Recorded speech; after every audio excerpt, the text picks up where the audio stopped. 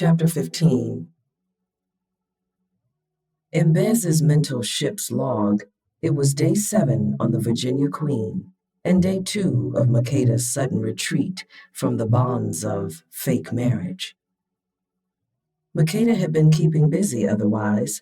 During the day, she'd started an informal apprenticeship with AK, learning the ins and outs of ship management, which was exactly the kind of thing she'd do instead of relaxing in their cabin and eating delicious food.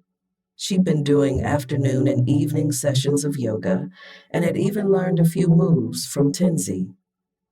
When there had been an informal doubles table tennis competition, Makeda had paired up with Dima. The one thing that didn't interest her at all was interacting with Bez. Not more than necessary to keep up their ruse, at least. She didn't even call her annoying anymore. Bez had bunked with people who didn't like her, often, but Makeda's withdrawal was the first time it felt like rejection. For some reason, the idea that Makeda, who had once tried to kiss her, had possibly found her to be too much, after a few days in close proximity, wasn't soul-crushing. But it did cause a deep dismay that Bez had only experienced when one of her family members was angry at her. At the moment, her supposed wife had just finished alphabetizing the discs in the crew's bootleg DVD binder, even though they'd all been saved on a thumb drive, and was now clearing up storage space by deleting unused apps. "Why are there so many sim dating things on these tablets?" she asked aloud. "Byronic rogues from Mars? That sounds amazing, but every tablet has individual copies of the same 5 games." "People get lonely at sea," Peter from engineering said, peeking over his tablet at Makeda with a grin. "And AK is really into games from that company and always buys copies for each tablet as soon as they drop, except for One True Prince 2, More Happy So Ever After. He bought it but told us not to talk to him about it. I mean, I get it. The prince from his country is never included as a dateable character in the games, and the other characters always shit-talk him, so he has a legitimate reason to dislike it." Bez watched Makeda as she talked to Peter without any of the awkwardness that was between them now, and tried to figure out what she was doing wrong. She had already followed 3 out of 4 of Papa C's rules of romance. 1, if something pisses her off, do the opposite of that. 2, if you piss her off, apologize. 4, when she talks, pay attention to the details. Everything should have continued to move smoothly, but she'd gone amiss somewhere. Makeda still participated in the pretense, the hand-holding, the cuddles, the joke-making during their meals when Bez wasn't working. But that was all. Pretense. An air of reserve had sprung up between them after immersion suit training and hadn't faded. When they were alone in their cabin, Makeda said things that were friendly, but not quite right. She didn't even lose her temper with Bez anymore. That should have been fine. It was an act, after all. But it didn't sit right with her that Makeda had closed herself off after that brief openness between them. It was a matter of pride in Bez's work, but also the simple fact that she had enjoyed the tingling warmth that came from focusing her attention on Makeda. She wasn't sure she'd experienced it before, outside of her dedication to her work and her family, the latter of which had faded years ago.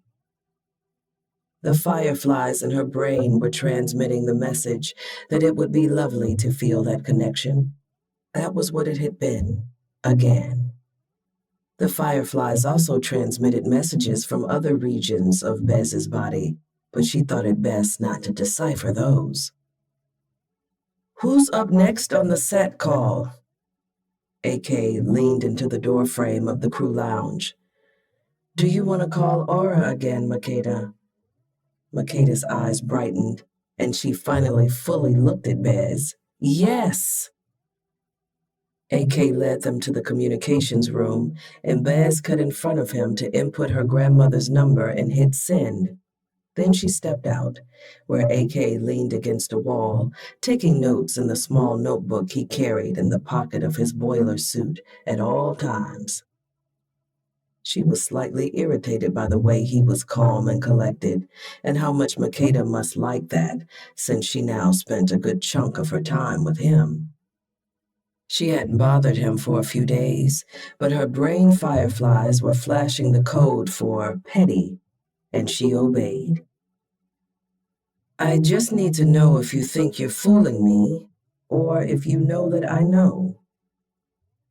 Whatever gives you contentment works for me, AK said, still scribbling. The call I'm about to make is to the World Federation of Monarchists, she said, and for the first time since boarding, she got a reaction from him. His gaze flew to hers. There was no panic or anger, just watchfulness. I'm not calling about you, and I won't mention anything about your ship. But after my tenure in the Royal Match Division, I have to know. Know what? He asked, and in those two words he assuaged the frustration that had been bothering her like a fishbone stuck in her tooth. He was who she had suspected him to be. Anyone else would have asked what she was talking about. Why you rejected every match sent your way? She shook her head. Do you know how much effort I went through? Refining, and you rejected every one of them. It became personal to me. One of life's simple lessons, which I learned the hard way, is that when someone rejects something they didn't ask for, it means they don't want it. He went back to his writing. Bez watched him, knowing that he wasn't pretending to write, nor was he waiting for a response. Despite the puff pieces in the news and the belief that he was a soft boy in royal fandoms, the Prince of Druk was both self-possessed and able to knock someone out with little effort. Bez felt a little spark of jealousy. He and Makeda were friends now. Maybe this was the kind of personality her faux wife preferred over Bez's grabbing at fireflies. You are required to take a marriage partner, she said, and even she knew it was silly for her, of all people, to suddenly care about societal rules. Perhaps you should be more concerned with your own marriage, AK said, his writing hand not slowing. Is this the mythic ability of the Sun Prince to read minds, or are you just making assumptions about my relationship? I can't read minds, he said. European voyagers started showing up to Druk a couple 100 years ago, all wanting the same thing, our resources and labor. And when successive kings guessed what they had come for, the voyagers assumed Drukanese royals were magical mystics. Not that we had deductive reasoning skills. Funny, huh? Bez studied him. You know, people make you out to be all sunshine and smiles. Another simple life lesson. Even the most basic organism is a miracle of complexity. Why would a human be any different? He glanced up at her from under his eyebrows with a look that didn't speak to benevolence, grace, and peace. I could have rejected your request to work on the ship, and I definitely could have rejected your request to bring a spouse for free. I'd appreciate it if you don't make me regret that decision. Besnaria mimed, zipping her lips. The door to the room opened, and Makeda walked out smiling at AK. She walked right past Bez, and AK shot her a second glance. How is Aura, Sea Snail? She asked, placing a hand on Makeda's arm. Makeda's smile faltered, and for a moment Bez thought something had happened. Then she realized, yes, it had. Makeda was having to interact with Bez. "Oh, she's great," she said with a smile that was not at all authentic. "I think she has a man friend over, so she's making full use of my absence and the B&B's many rooms. Andrea wanted to call her sister. I'll go tell her the phone will be free soon." She pulled away to seek out the first mate. It wasn't pointed, but it felt like it because Bez knew what it was like when Makeda leaned into her instead. Bez turned on her heel and marched stiffly into the communications room, punching the number into the giant phone that looked like something out of the 90s. Instead of calling her family, she called her job. She still hadn't heard back from the WFM, and it was adding to her agitation. Rule number 1 of Papa C's rules stated that if someone pissed your woman off, you should do the opposite. Makeda would be angry if they arrived in Iberania to find that the royal heir had already been chosen, and she was determined to fix this preemptively. After several rings, the call was picked up. "Direct line of Algernon Shropsbottomshire Borough, Lord Yes, it's Junior Investigator Chet Chevalier, and don't hang up on me." Bez interrupted. "I don't have long. I'm following up on—" "You were supposed to report back weeks ago," the woman interrupted in a clipped British accent. "Your ticket to London went unused, and we will expect that to be reimbursed. Your next assignment has been passed on to another agent, and you will be reprimanded for going AWOL. After your unsatisfactory review, this will likely end your contract." "Well, you see, I found the possible heir to the Iberonian throne and had to track her down and verify. So you can understand why I was indisposed. We're currently— That wasn't your assignment." The secretary spoke as if she hadn't heard Besnaria at all. "Lord Hagen-Shawgans expressly stated that an American candidate would not be desirable." Should I jump in a time machine and instruct her grandfather to spread his seed on another continent more pleasing to the director? Does the WFM possess that technology? "Junior Investigator," the woman's voice was frigid, "you will be written up for improper language as well."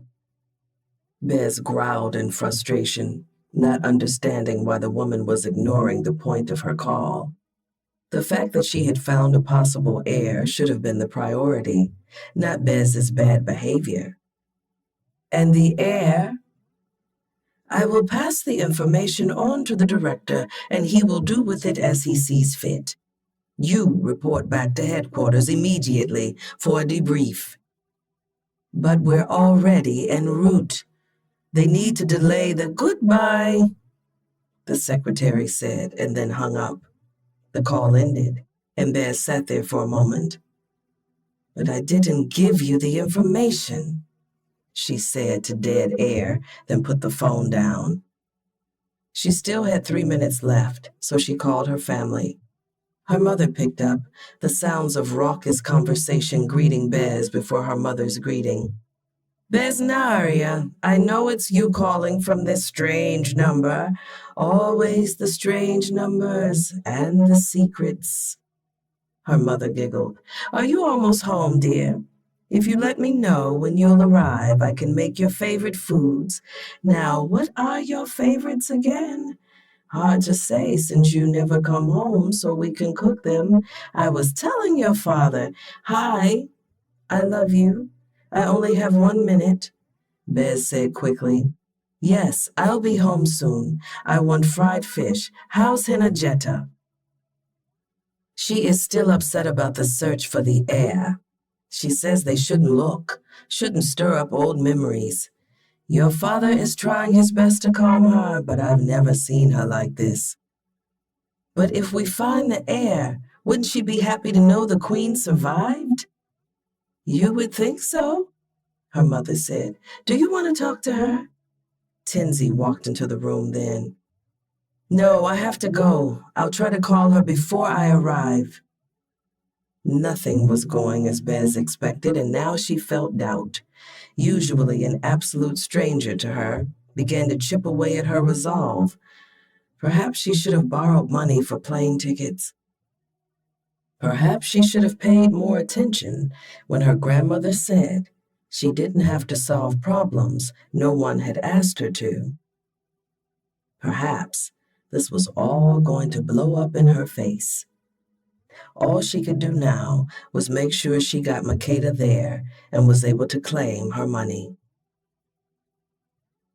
Later that afternoon, Besnaria stood on the bridge listening to Makeda get a tour of the bridge from second mate Alvi. She'd turned down tours from Bez for 2 days, but here she was as friendly as could be with Alvi, complimenting her hijab, asking her about the weather instruments. Bez wanted to explain the weather instruments. Bez wanted to make Makeda laugh. Instead, she got a stiff hug before Makeda headed to the top deck to get some sun, even though it had been overcast for 2 days.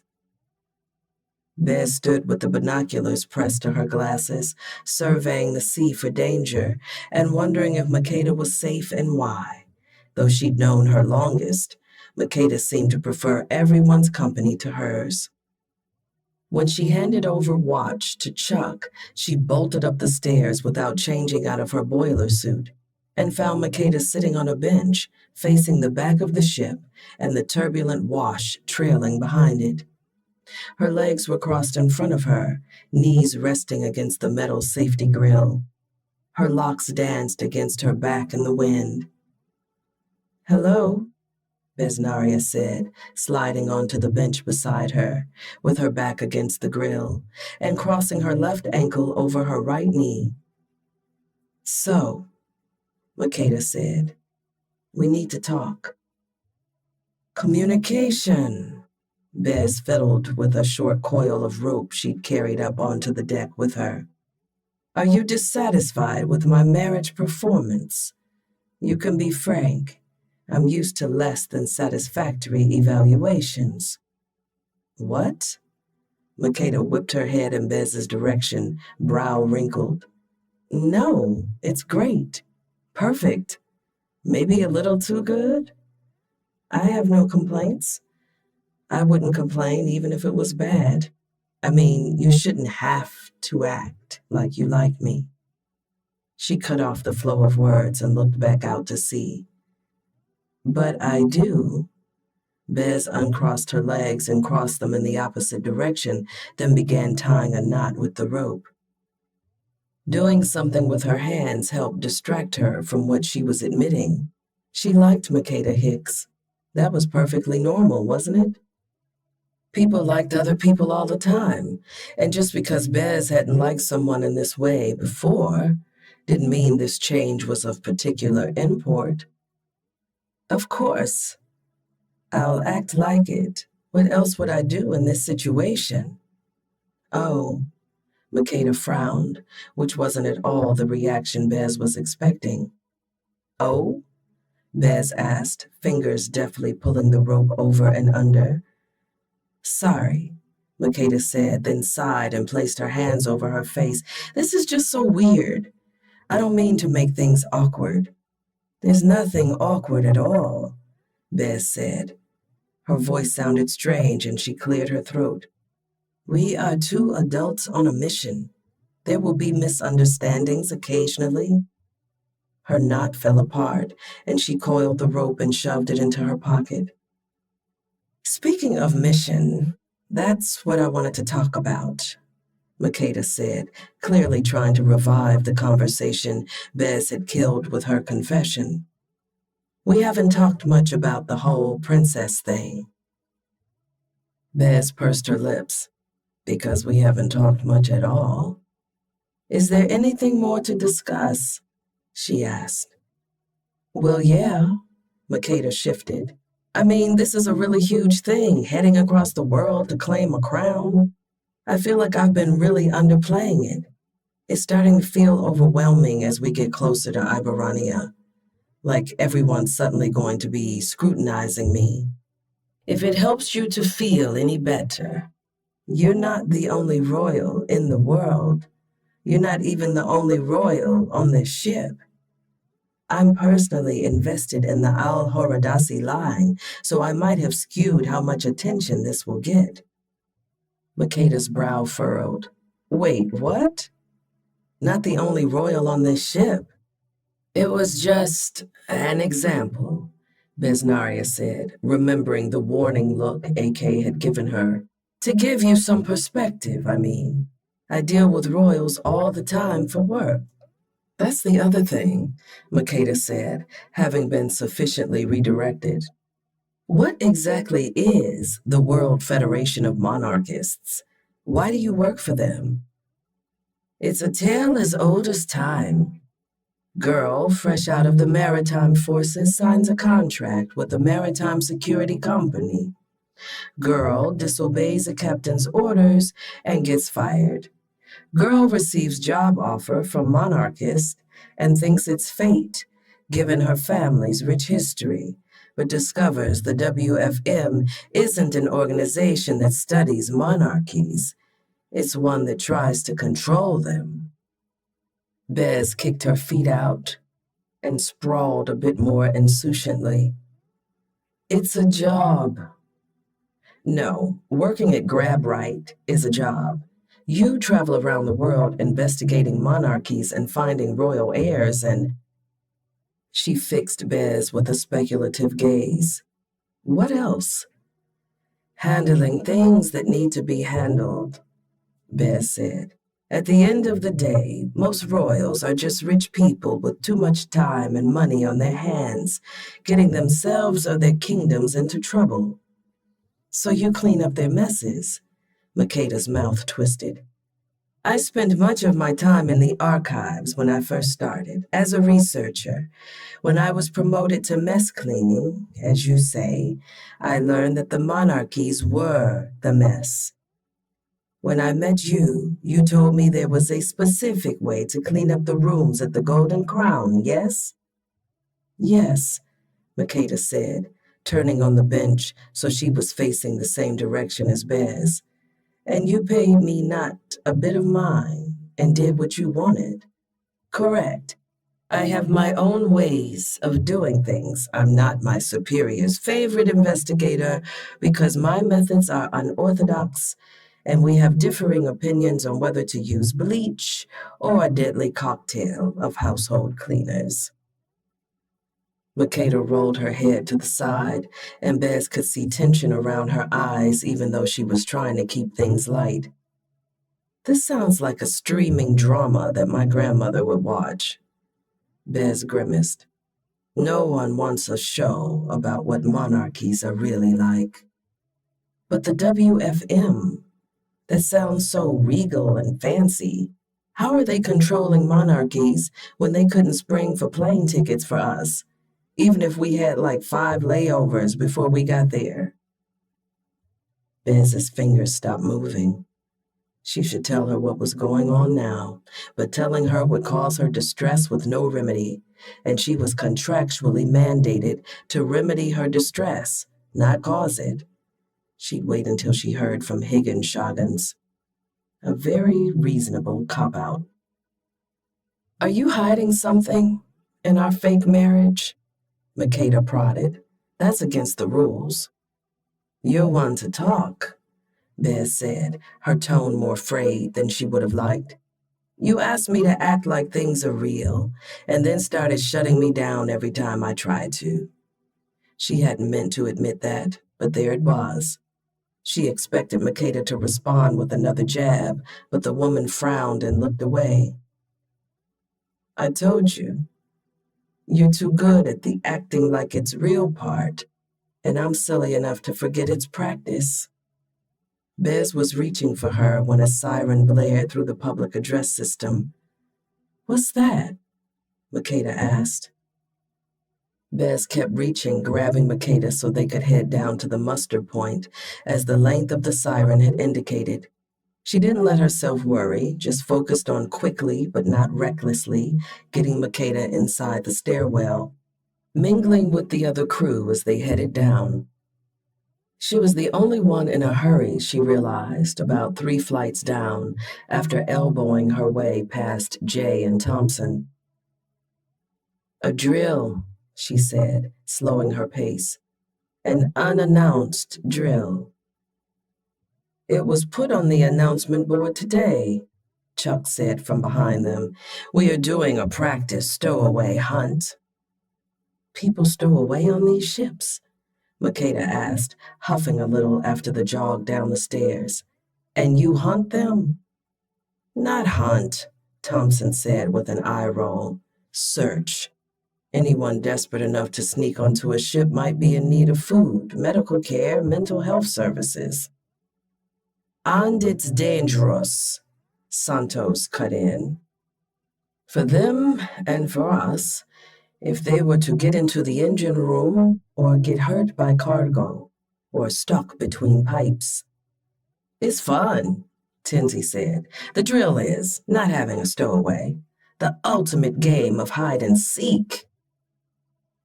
"Who's it?" Jay asked, clasping his hands together when they reached the muster point. "Not me this time. My knees are still hurting from when I decided to hide in the life preserver niche." "Makeda can be it," AK said. "She's the only one of us who has the mindset of someone who doesn't know the ship very well, looking for someplace to hide." Bez would have preferred that Makeda explain what she'd been saying when the siren had sounded, but Bez didn't have time to disagree. Makeda was already jogging away from them. "Don't run," Bez called out over the noise of the engine. "One hand for the ship, and put on your safety jacket. And don't hide in the cargo area or below decks."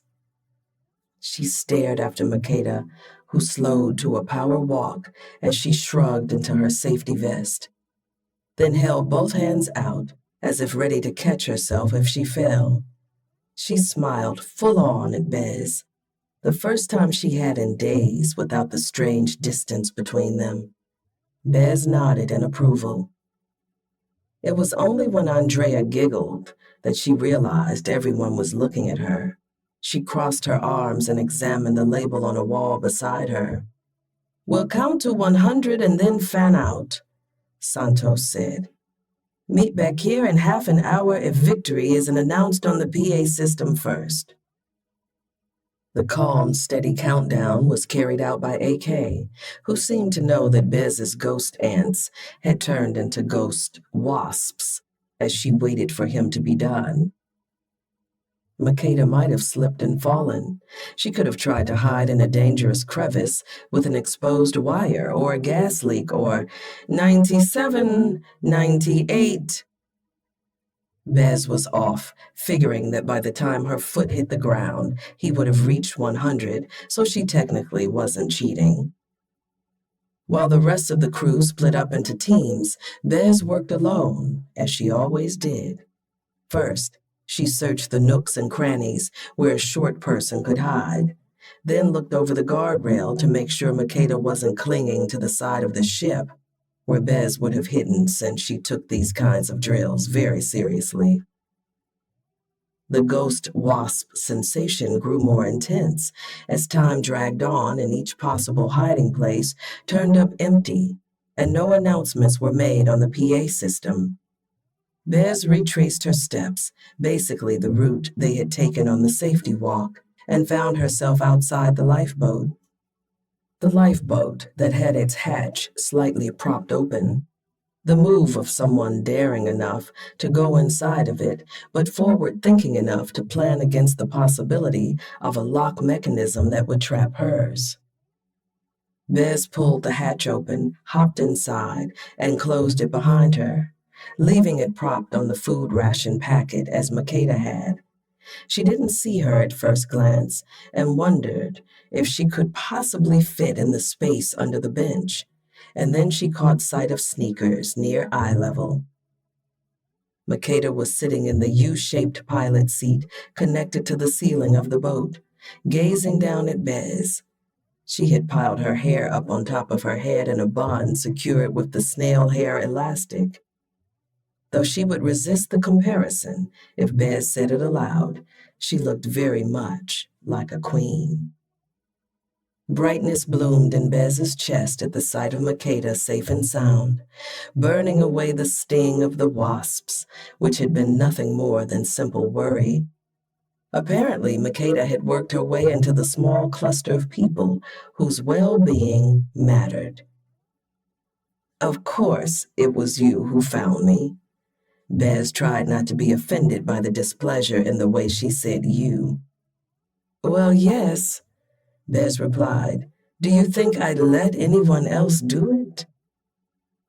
I guess you had to, Makeda said, swinging one of her feet back and forth, just like you have to pretend to like me. Because of the contracts on contracts and guard oaths and all that. She cringed. Wow. Apparently the salt air really pries every pathetic thought out of my head. Now it's like I'm guilting you because I keep pointing out that I made you act like you like me when you really don't, which could add more pressure to make you act like you do, which is even sadder and shit. I'm just going to stop talking now. She slammed her mouth shut with an audible click of teeth. Talking is good. Clarity is what we strive for at Damsel in Distress Rescue Services. No.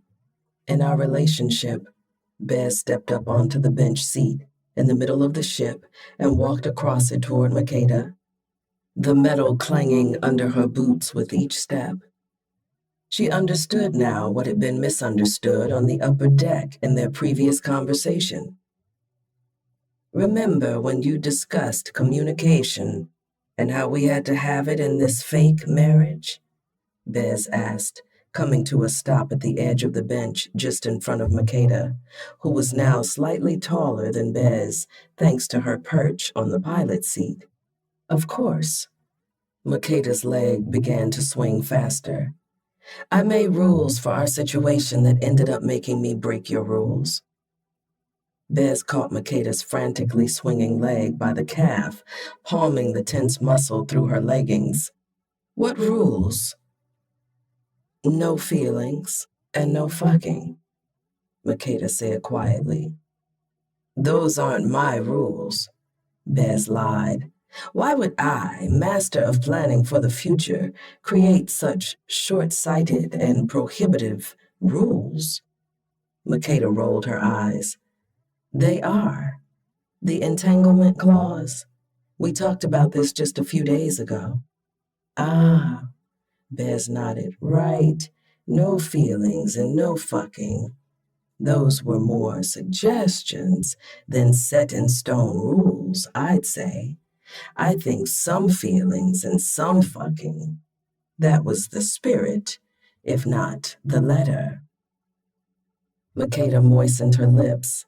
They were lovely from any angle, but Bez loved being able to look up at her, to see the full bow of her bottom lip and the tender curve where her neck met her jaw. What about the fine print of our contract? Makeda pressed, ever a stickler. The fine print says, except in the case of specific extenuating circumstances. I would say our situation is the height of extenuating, whatever that means. I just put it there because it sounded good. Makeda tried to pull her leg away. Look, I get it. You're doing your whole at your service thing. And because of circumstances, you think this is part of being of service. Just because you're good at it doesn't make it okay for me to have asked. Bez stared at Makeda for a long moment, trying to make sense of what had just been said. She was still thinking of sometimes feeling and, more important, sometimes fucking. And now Makeda was talking about being of service? Oh, she cried out, rediscovering the thread of the conversation that Makeda's contract talk had distracted her from. I was trying to communicate. I didn't let anyone find you because I wanted to be the one to do it, she said, just like I have to act like I like you because I do like you. Please just stop this. Makeda fixed a serious gaze on Bez. Enough. I asked you to live up to the lie you roped me into, and you're going all in with it, but I'm telling you that you don't have to do this anymore. It's not funny anymore. Have you noticed that you keep coming up with different reasons to dismiss the thing that I have admitted to you 3 times over now? Bez asked. Your stubbornness would be admirable if it wasn't so frustrating. Makeda inhaled sharply and looked away. Pretending to like you for a contract is one thing, but because I think it's funny? What kind of logic is this? There's nothing humorous about that, Bez said, and when Makeda didn't answer, she continued figuring it out on her own. Wait a moment. The complex you have. You think I'd laugh at you, I see. Makeda groaned. Why wouldn't you? I'm laughing at me. I'm on a supposed quest for independence, and I developed a full-blown crush on you. I thought I was taking charge, and the minute you did what I asked, I started getting ideas. I thought that maybe... Makeda's mouth twisted and she shook her head ruefully. I guess this trip has been a learning experience in one way. I now know for sure that I'm always going to be a watering can with a hole in the side, leaking common sense. Besnaria wasn't fully listening to what Makeda was saying. She tried, but frankly, the woman wasn't making sense. And also, the weak light streaming in from the window was highlighting her cheekbones and wide brown eyes. Something occurred to her then. I haven't applied Rule 3 yet, she said. Makeda squinted at her. What? She lifted Makeda's chin with the knuckle of her index finger, looking into her eyes. I skipped that one entirely. Maybe that's why we keep misunderstanding one another. Rule number 3. Is that the one about not moving around on the deck when cargo is loading? Makeda asked, clearly confused. No, Bez said. The brain fireflies were blinking wildly. We have too many sets of rules to sift through, but this one is the most important at the moment. I'm fairly certain I know the answer, but I'll ask to be sure. Do you like kissing? Makeda was holding on to the arms of the U-shaped pilot seat with both hands and gripped them harder as she leaned forward a little. What? Kissing. Pressing mouths together. Bez grazed her finger up Makeda's jawline and reveled in the tremor that it elicited. Do you like it? Yes. Her gaze dropped to Bez's mouth, and that heat Bez had seen flare up in the depths of Makeda's brown eyes flamed on. I guess it depends on who the kissing partner is. Would be you? With her free hand, Bez pushed her glasses up to rest above her hairline. Me. Oh, yeah. Yes. Well then, Rule 3 states that if she likes kissing, then kiss her. I know that you prefer I adhere to rules, so I'm afraid I must. She stepped to the very edge of the bench, closing the scant space between them, and pressed her mouth to Makeda's. It wasn't an earth-shattering kiss, or a smoldering one that made Besnaria's clit throb to life. It was instead like a key working into a lock and opening a door, revealing a treasure that had always been there, waiting to be discovered. Each brush of their lips pushed that door open farther, allowing more of the jewels and gems hidden inside to catch the light until their glinting made Besnaria feel a glow from the beauty. The feeling that thrummed through her body was the same one she'd felt when she'd knelt in front of Makeda in the dining room of the Golden Crown. She still wasn't sure what it was, fealty or something to do with the bonds of guard and queen. It was a quickening in her chest and tingling pleasure all over, and the urge to bring Makeda closer, kiss her more deeply, to touch and caress her in the hopes that she could give her a fraction of the goodness she was feeling. Makeda tasted like tart strawberries with a hint of deep sweetness. Chef Rick had made his famous cheesecake. Her lips were slick with gloss and so damn soft. But Makeda herself wasn't, oddly. Bez had thought the woman would be timid, but she brought both hands to either side of Bez's head and held her in place as she licked into her mouth, moaning like she was starved. The kiss was hard, demanding, without an ounce of reservation. Makeda took what she wanted from Bez with no apologies and made her delight loud and clear. It seemed there was one area in which Makeda didn't naturally default to giving or self-doubt, and the knowledge sent a thrill through Bez. Makeda used the heels of her feet to pull Bez closer, running her tongue over Bez's lips at the same time. Her hands caressed Bez's neck and shoulders, and there, in the possessive spread of her fingers through her hair and the slight tug, tilting Bez's head back to kiss her more deeply, there was the clit throb. Bez had wanted Makeda since she'd walked into that half-cleaned room at the B&B, but now that want coalesced into an aching desire. Bez had only thought to kiss her, but she wanted to touch her, to feel her skin under her palms. She slid her hands up Makeda's thighs, reveling in the flex of muscles through the thin material of her leggings, before moving under the hem of her sweatshirt and t-shirt to grip her by the waist. "Are you?" Makeda pressed a kiss to Bez's lips and then another. "Are you making sure I don't fall out of this seat?" Bez caressed one hand over the sweep of skin where torso met waist, curving around to spread her palm over Makeda's back, mapping the hills and valleys. "Yes," she panted between kisses. "If you fall and break anything, we'll have to pay for it, and if you damage the steering, there will be one less lifeboat in case of emergency." Makeda pulled her head back and looked down into Bez's eyes. Practicality is sexy as hell. "You could also hit the release lever and send us plummeting into the sea, and that's not the O face I want to see right now."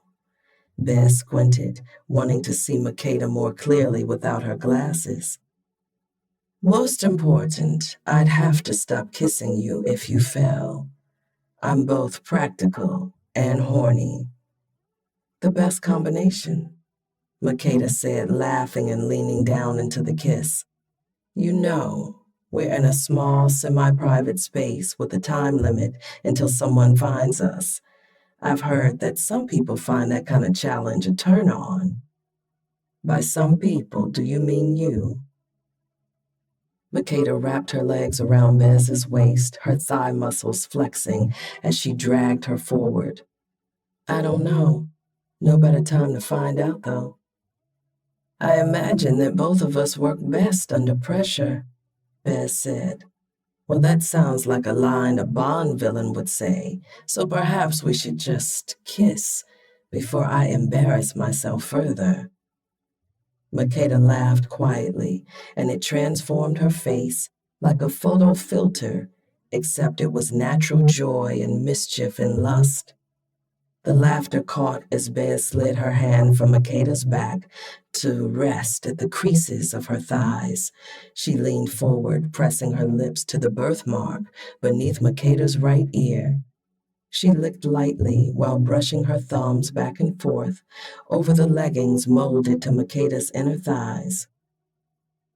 Makeda's exhalation trembled past Bez's ear, the sound of someone trying to be so quiet. Bez had thought she liked ringing loud cries from her lovers, but this was a different kind of pleasure, knowing that Makeda wanted to be loud but wouldn't. "Do you want me to get you off?" she said in a low voice as she brushed one of her thumbs over Makeda's mound. When Makeda lifted her hips the slightest bit, angling up to press more firmly against Bez's thumb, that was the answer, wasn't it? She gripped one of Makeda's thighs firmly and then laid 3 fingers of her other hand over the imprint of Makeda's folds beneath the clinging material of her leggings. And then she rubbed. "Oh," Makeda whispered, dropping her head so that her forehead rested against Besnaria's. "Harder, please. More." Bez grinned and gave the woman what she wanted. Makeda still had one arm looped around the driver's seat for safety, but she reached down with the other to reach down into Bez's shirt and cupped a breast, palming it before lightly pinching the nipple. Bez shuddered beneath the sensation and pressed more firmly with her own fingers, circling deep and slow, or rubbing hard and fast, doing whatever made Makeda pant quietly and throw her head back as she rode Bez's hand, the tight, controlled motions of someone who doesn't want to fall but just wild enough to show she trusted Bez to catch her. "Does it feel good, Makeda?" Bez asked. "Yes, so good, but..." She briefly released her hold on the seat to position Bez's hand a centimeter to the left. "Oh, fuck." A moan ripped from her throat, and she pressed her mouth back against Bez's, kissing her deeply and muffling her cries at the same time. She gave up her hold on the captain's seat, using one hand to hold Bez's face as their tongues clashed. Bez repositioned her hand, using the heel of her palm to knead deep, hard circles against Makeda's clit, and got what she wanted. An orgasm surged through Makeda, jerking her body from limp to tense to limp. Bez was glad she had a tight grip on her lover. An excellent core strength, because Makeda bucked right off the edge of the perch seat, clinging to Bez with arms, legs, and mouth. Bez held her fast as the aftershock shook through her, their tongues slowly tangling. Her own body begged for release and was already close to it just from watching Makeda get hers. She stepped down onto the floor of the lifeboat, and Makeda broke their kiss and laughed into her neck. "I didn't even think," she said, laughing and shaking her head and looking up at Bez with shining eyes. "I could have died from falling from a perch mid-orgasm, but you caught me." "You knew I would," Besnaria said, and felt something unclench when Makeda didn't refute that claim. She nodded and gazed at her eyes that were still glazed with lust, then rocked her hips forward, sending a sharp bolt of lust through Bez. "Really rethinking my feelings on princess dresses," Makeda said, then tilted her head toward the captain's seat. It was directly in line with Bez's face now that she stood on the floor of the lifeboat. "Because the things your tongue could do from this angle." "Found the stowaway," a voice called out suddenly. "And company." Bez turned and saw Santos and Thompson. Thompson was halfway through the hatch, doubled over laughing, but Santos frowned from outside the door. He also quickly removed his hand from Thompson's butt. "I found her first," Bez said. "And didn't say anything," Santos said, "making the rest of us waste time as we continued the search." "I'm sure it was a hardship for you," she said, glancing suggestively at the hand he pulled away. "Come on, Thiago." "Ah, Chief Engineer," Thompson said, then turned to Bez and Makeda. "And you two, there is absolutely no fraternizing in the lifeboats, understand?" She winked as she retreated from the hatch.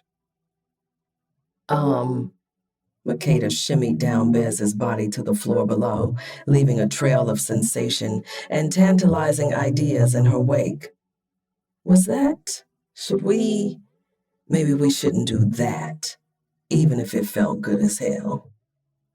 Bez could almost see the thoughts colliding in Makeda's head as she adjusted her hoodie. Her own was still spinning, and she wasn't sure what to do either. Alternatively, maybe we should, Makeda said after a moment had passed. I'm in favor of option 2, based on the fact that I want you to ride my fingers like a jockey at the annual Seaside Preakness, Bez said as casually as one could say such a thing.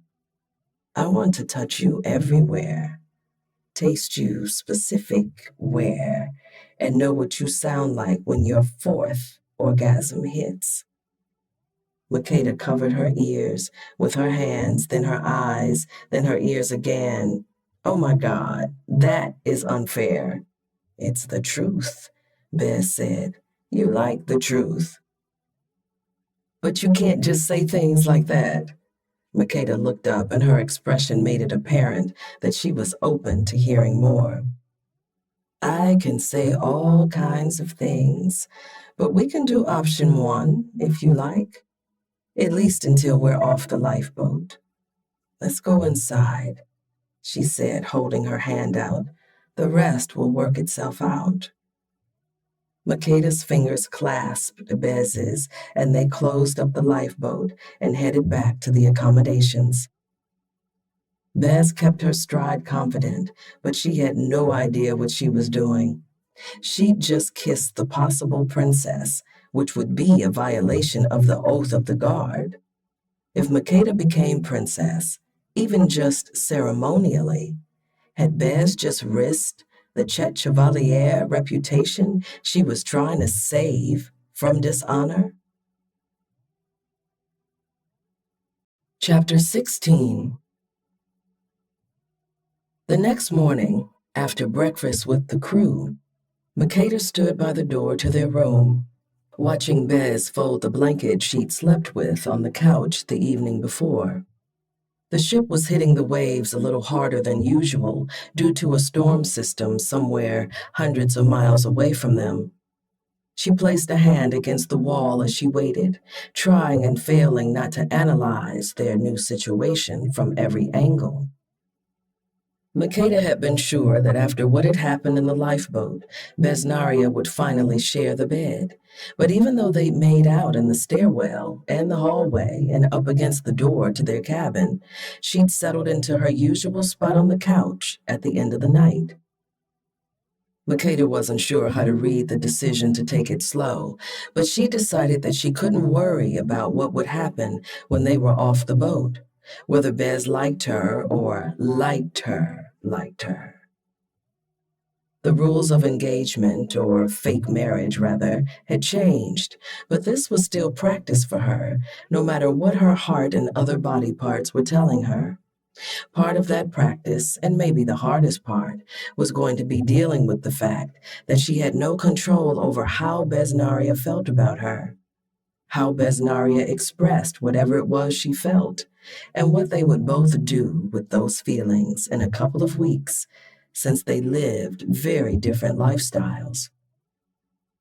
Bez was an international investigator, while Makeda had a job as a supermarket manager, awaiting her when she was done with the princess escapade that kept falling to the wayside.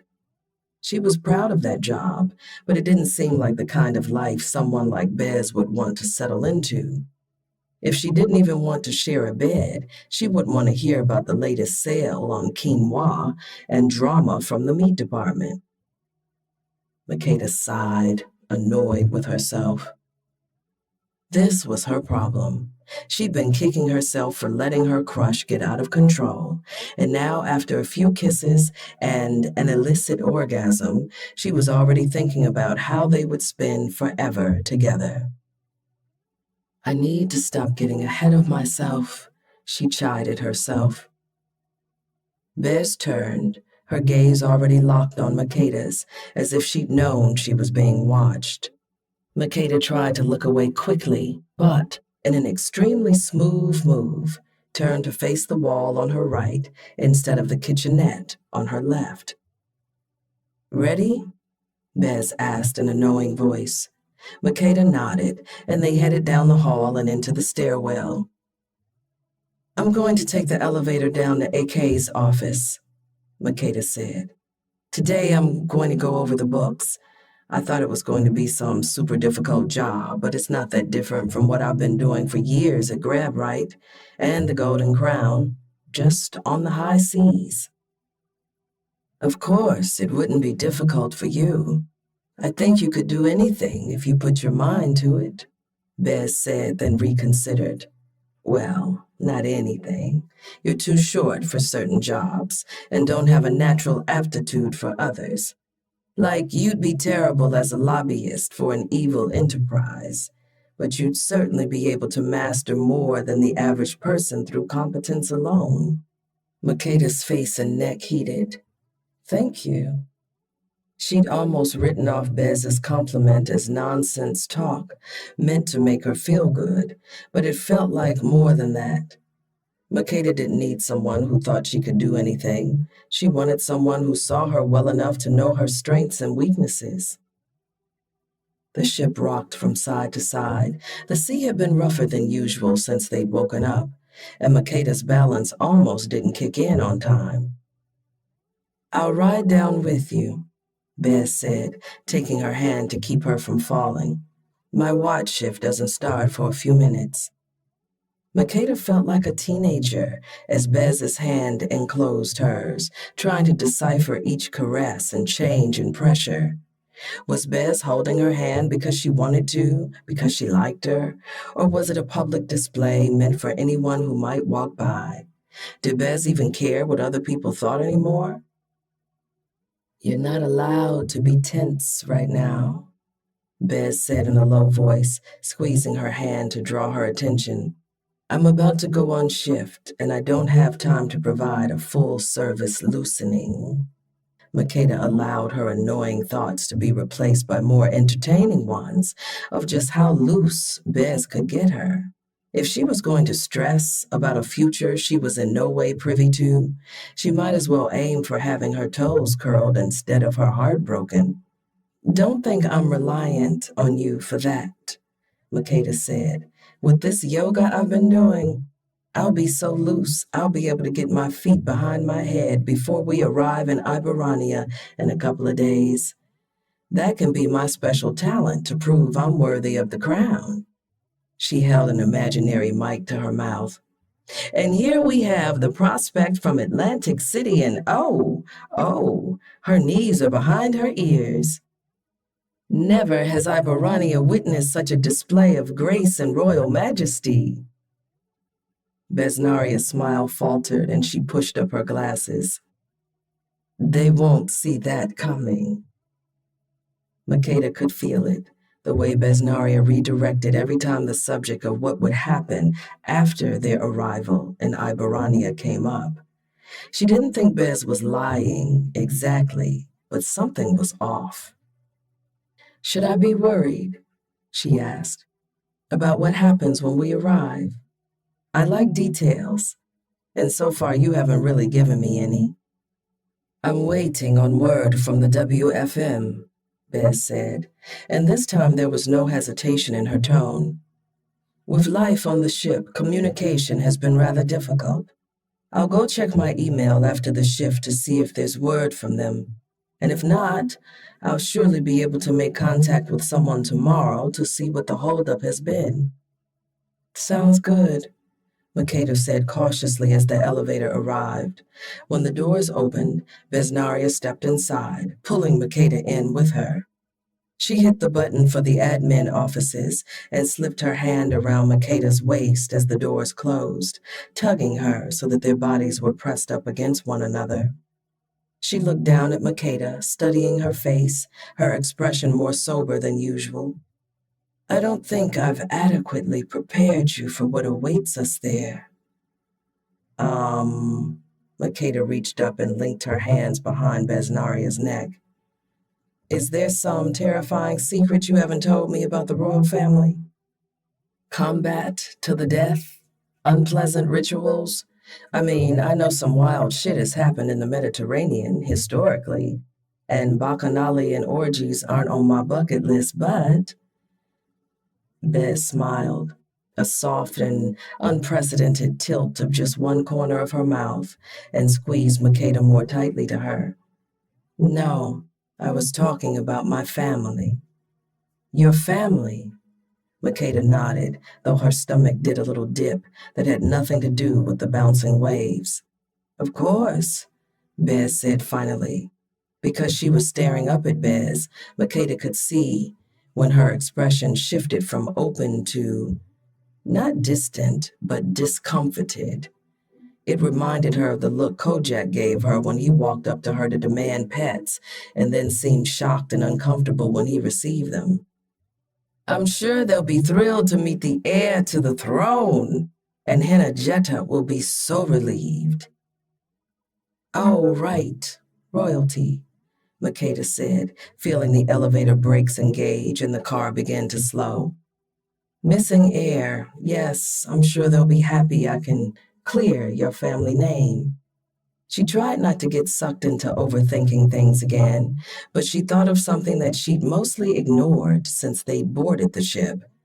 Makeda wasn't going to Iberania to be the heir. She was going to prove she wasn't. She had her own family ledger to balance, and for her plan to succeed, she'd have to crush Bez's dream. She hadn't taken Besnaria's feelings into consideration, and when she had, she'd only wondered what it meant for her own emotional well-being.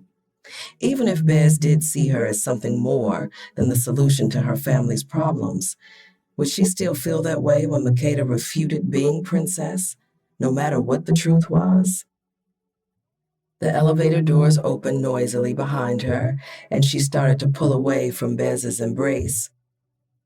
I'll see you at dinner.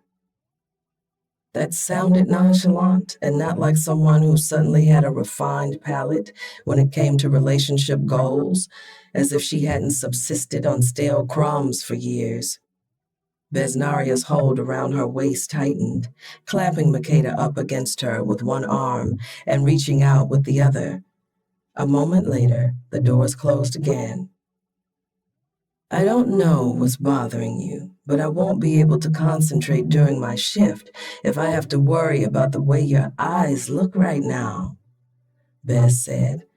I also just want an excuse to do this. Bez kissed her, a hard press of lips and insistent swipe of tongue that drop-kicked every thought out of Makeda's head, except for how soft Bez's lips were, how good she smelled, and how much Makeda wished she wasn't going on watch, so they could ride the elevator back up to their cabin and finally share that bed. She'd share the rock-hard couch at this point, anything to ease the ache between her legs. She was one tongue taggle away from riding the woman's thigh in the elevator. You said there are no pirates on this route, right? Makeda asked against Bez's mouth. Then she dropped her head to the side and let her nose gently graze Bez's neck, receiving a brief shiver for her trouble. If you missed your shift, how bad would it be? Well, with the weather and the fact that we're getting closer to land, watch is actually important today. Bez smiled, though I guess I can say loosening accomplished. I've gotten you, of all people, to encourage me to commit dereliction of duty. And that was from one kiss. Imagine the possibilities. She waggled her brows. Oh, I've been imagining, Makeda said, feeling bold. Next time you make me come, I might suggest a crime spree. And when I make you come... Bez clamped a hand over Makeda's mouth, her gaze serious, even as her glasses slid down the bridge of her nose. Save it for tonight, sea snail. She dropped an awkward kiss on Makeda's eyebrow, an act that should have been benign, but drew a tremor of anticipation from her. Tonight. Bez hit the button to open the elevator doors, and Makeda stepped out, blinking into the hallway, emerging from the alternate reality she fell into every time she was with Bez now. Makeda. She looked over her shoulder, expecting to find Bez leaning insouciantly in the elevator car, but the woman was ramrod straight, like a cadet reporting to a drill sergeant. I should clarify something. In the name of communication, since that is a priority in our situation, I think my family will like you for reasons unrelated to the royal heir search, just for who you are. And my evidence for that is that I like you for reasons unrelated to the royal heir search, just for who you are. Then she reached forward and jabbed repeatedly at a button. What Makeda assumed was closed door. Bez waved goodbye, one hand on her hip and a pleased expression on her face. Makeda stared back, hands clasped in the pocket of her hoodie like an anxious marsupial processing what she'd heard. The elevator doors didn't close, and Bez laughed nervously and pressed the button again, and then again. Ah, do you believe this? This elevator? How can a door be so slow to close at moments when one needs them to close quickly? I need to tell Chief Engineer Santos to have someone take a look at this, Bez said, her words tumbling out almost too quickly for Makeda to understand. She poked her glasses up and then gestured in frustration toward the elevator panel. Imagine this was an emergency. Imagine there was a serial killer chasing me down the hall and the elevator was my only means of escape. And the doors refused to close like this. This is unacceptable. Of course, I would never run from a serial killer. I would fight them and I would be victorious. But this is a hypothetical situation and... The doors finally slid together, cutting off Bez's rambling, and Makeda laughed quietly to herself. As she headed to AK's office, she placed a hand over her chest, taking a moment to savor the sensation that rippled through her watering can. Happiness. That was something that took practice too, and she was going to savor it. Everything else, the things accumulating between her and Bez that could ruin that happiness, she'd ignore them until they got to Iberania. Like the Ferris wheel, she'd let herself have this fantasy until she set her feet on the solid ground of reality. A few hours later, it was dark outside the window of Makeda and Bez's cabin, despite it being the afternoon. AK had cut their session short because the storm was stronger than earlier forecasts had predicted, and he'd had to leave to help with securing the ship. Though it wouldn't hit them directly, it was apparently going to be a rough night.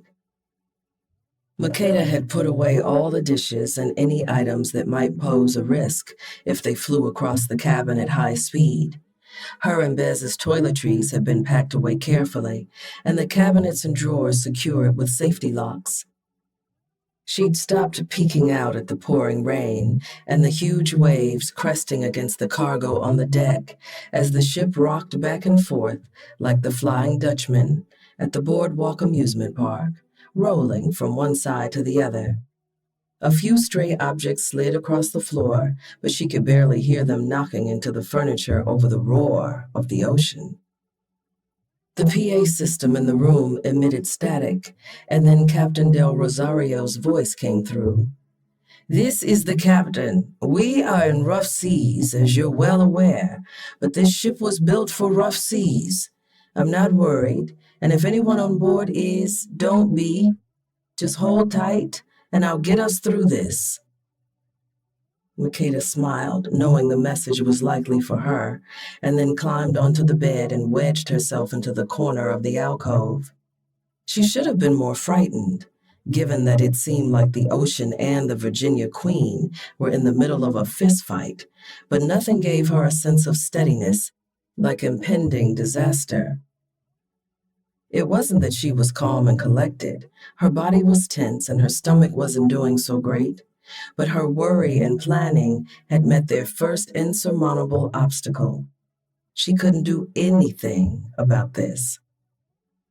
Any sense of control she'd imagined she had in this world was being smashed against the hull of the ship by pounding waves. She was nothing. Her problems were nothing. She could die here. And all the giving and self-effacement and the belated attempt at being selfish would mean nothing. There was something comforting in the macabre realization. A peal of thunder, louder than anything Makeda had ever heard, pressed into the cabin from all sides. She felt it in her body like she was sitting on an amp at a concert. She yelled and squeezed her eyes shut as lightning flashed outside the window. Okay, it seemed the peace she'd found at her loss of control had pushed past the threshold from serenity now to shit, what now?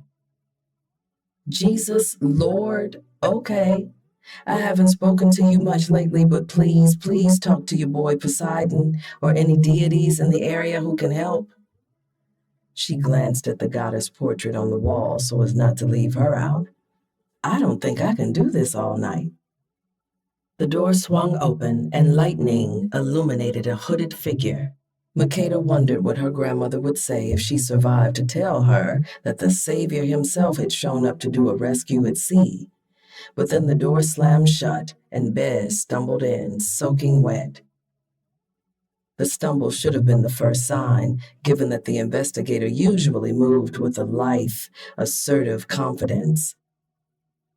This was definitely not in the itinerary I received, Makeda half-jokingly shouted over the wail of wind and the crash of waves. This better not be the entry point to the Bermuda Triangle. She waited for Besnaria to joke or call her a landlubber, but she didn't respond. She peeled off the yellow security vest over her sweatshirt, and that was when Makeda registered that Bez's teeth were chattering. Her eyes were wide and wild behind her steamed-up glasses lenses. Bez? The wild gaze flew to Makeda, but Bez didn't seem to register her.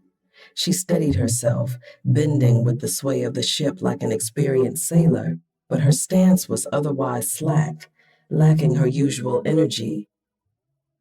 Are you okay? Makeda asked, sitting up abruptly. Her stomach heaved as she ran into the wrong side of gravity in the ship's tossing. Not at all, Bez replied, her words shaky. Makeda felt it spark to life in her, that desire to help, to rush into action and to manage things.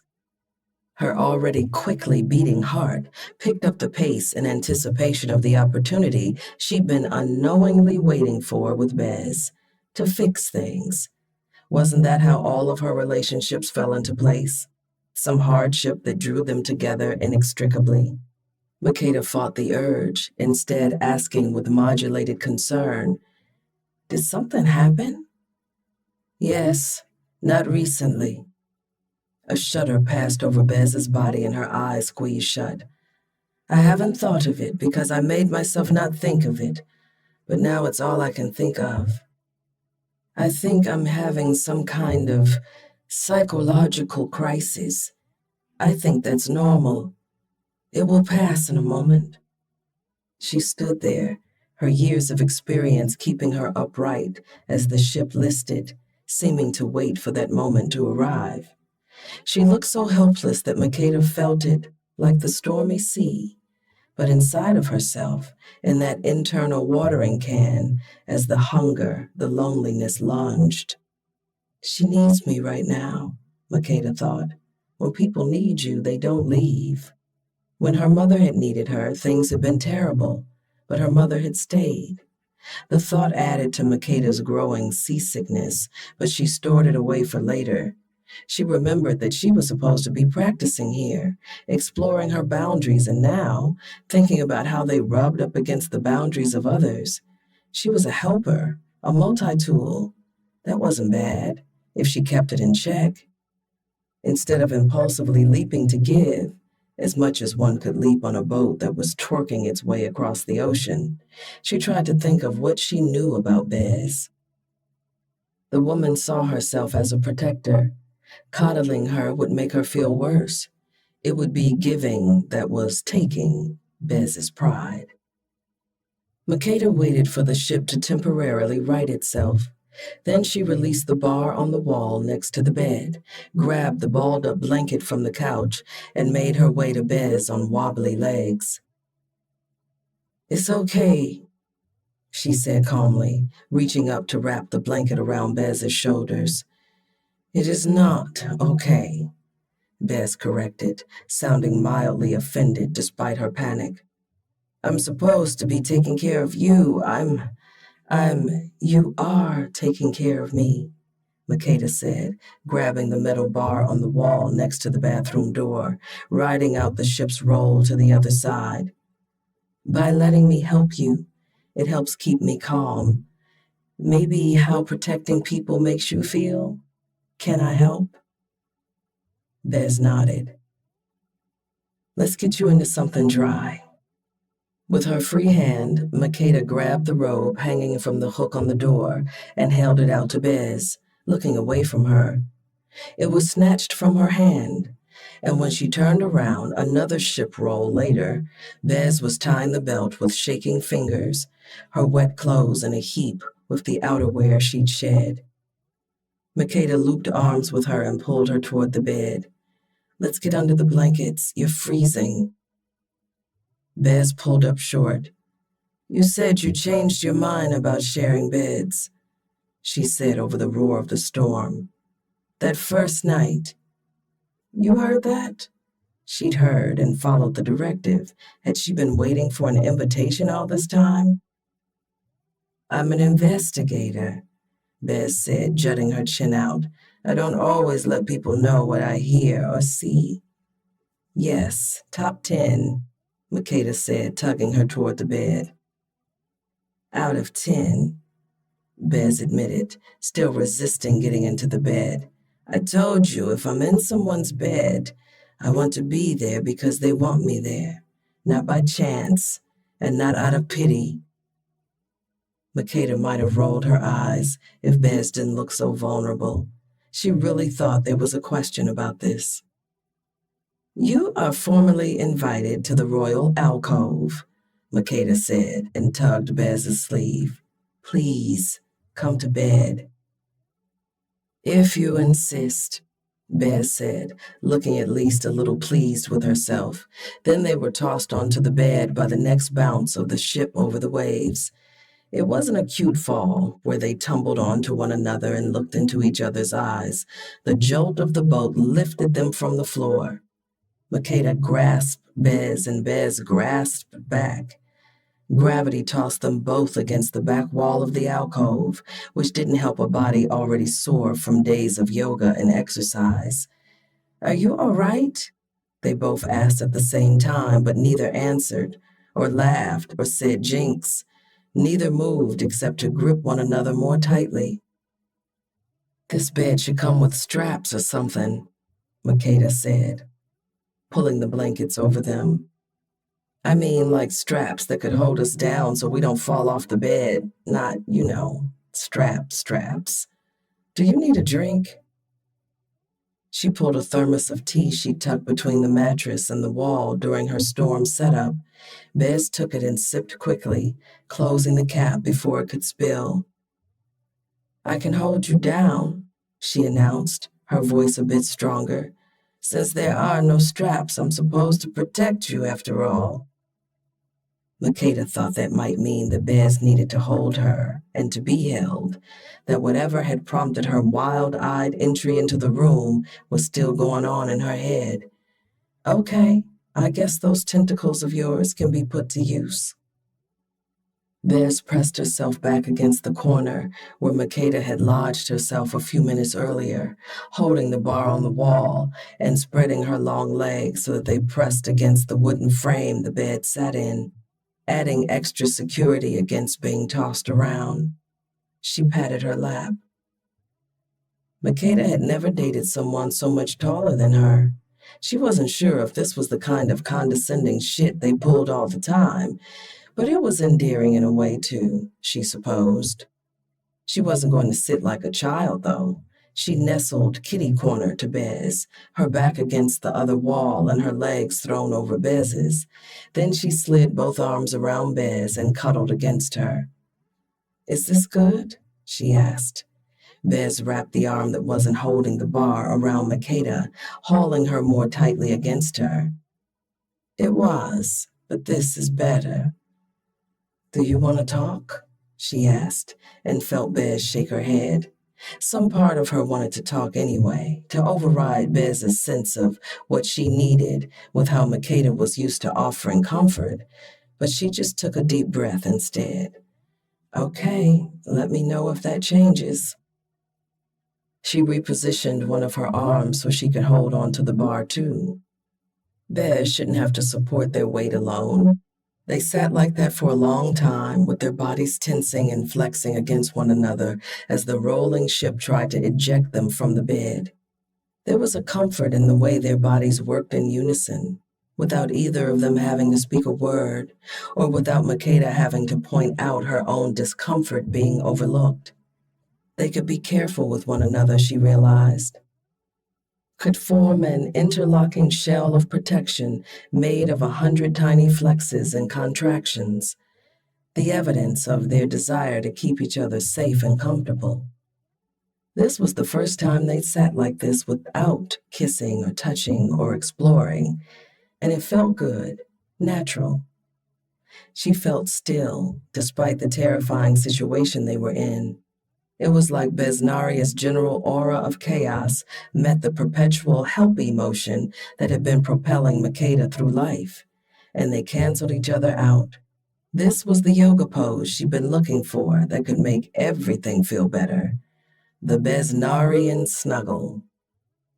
Sleep was impossible despite their silence, so Makeda was wide awake when Bez stirred in that particular way of someone steeling themselves to say something.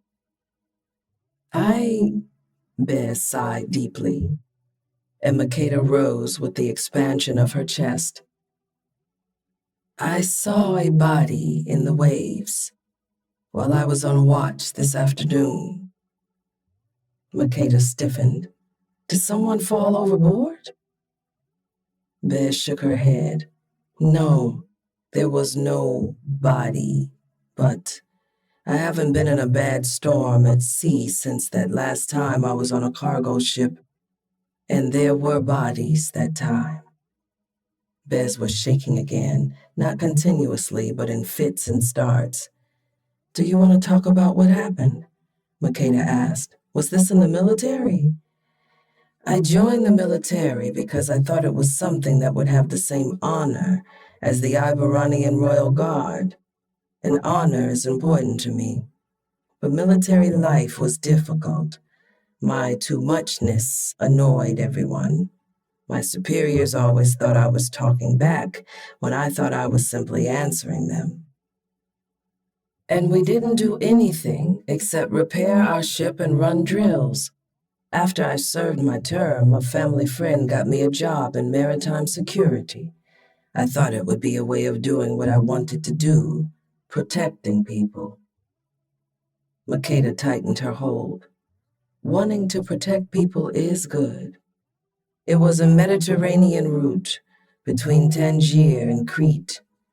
Bez released a shuddering exhale. People in overcrowded boats started appearing more and more, trying to make it to Iberania or Greece or anywhere that wasn't the place they were fleeing from. Preemptive dread filled Makeda. She didn't always have time to watch the news, but when she did, she'd seen images like what Bez was describing, desperate people driven to flee their homes. The shipping company wouldn't let us help them, you see. They told us that the military would handle it, but my friends in the military were told that someone else was handling it.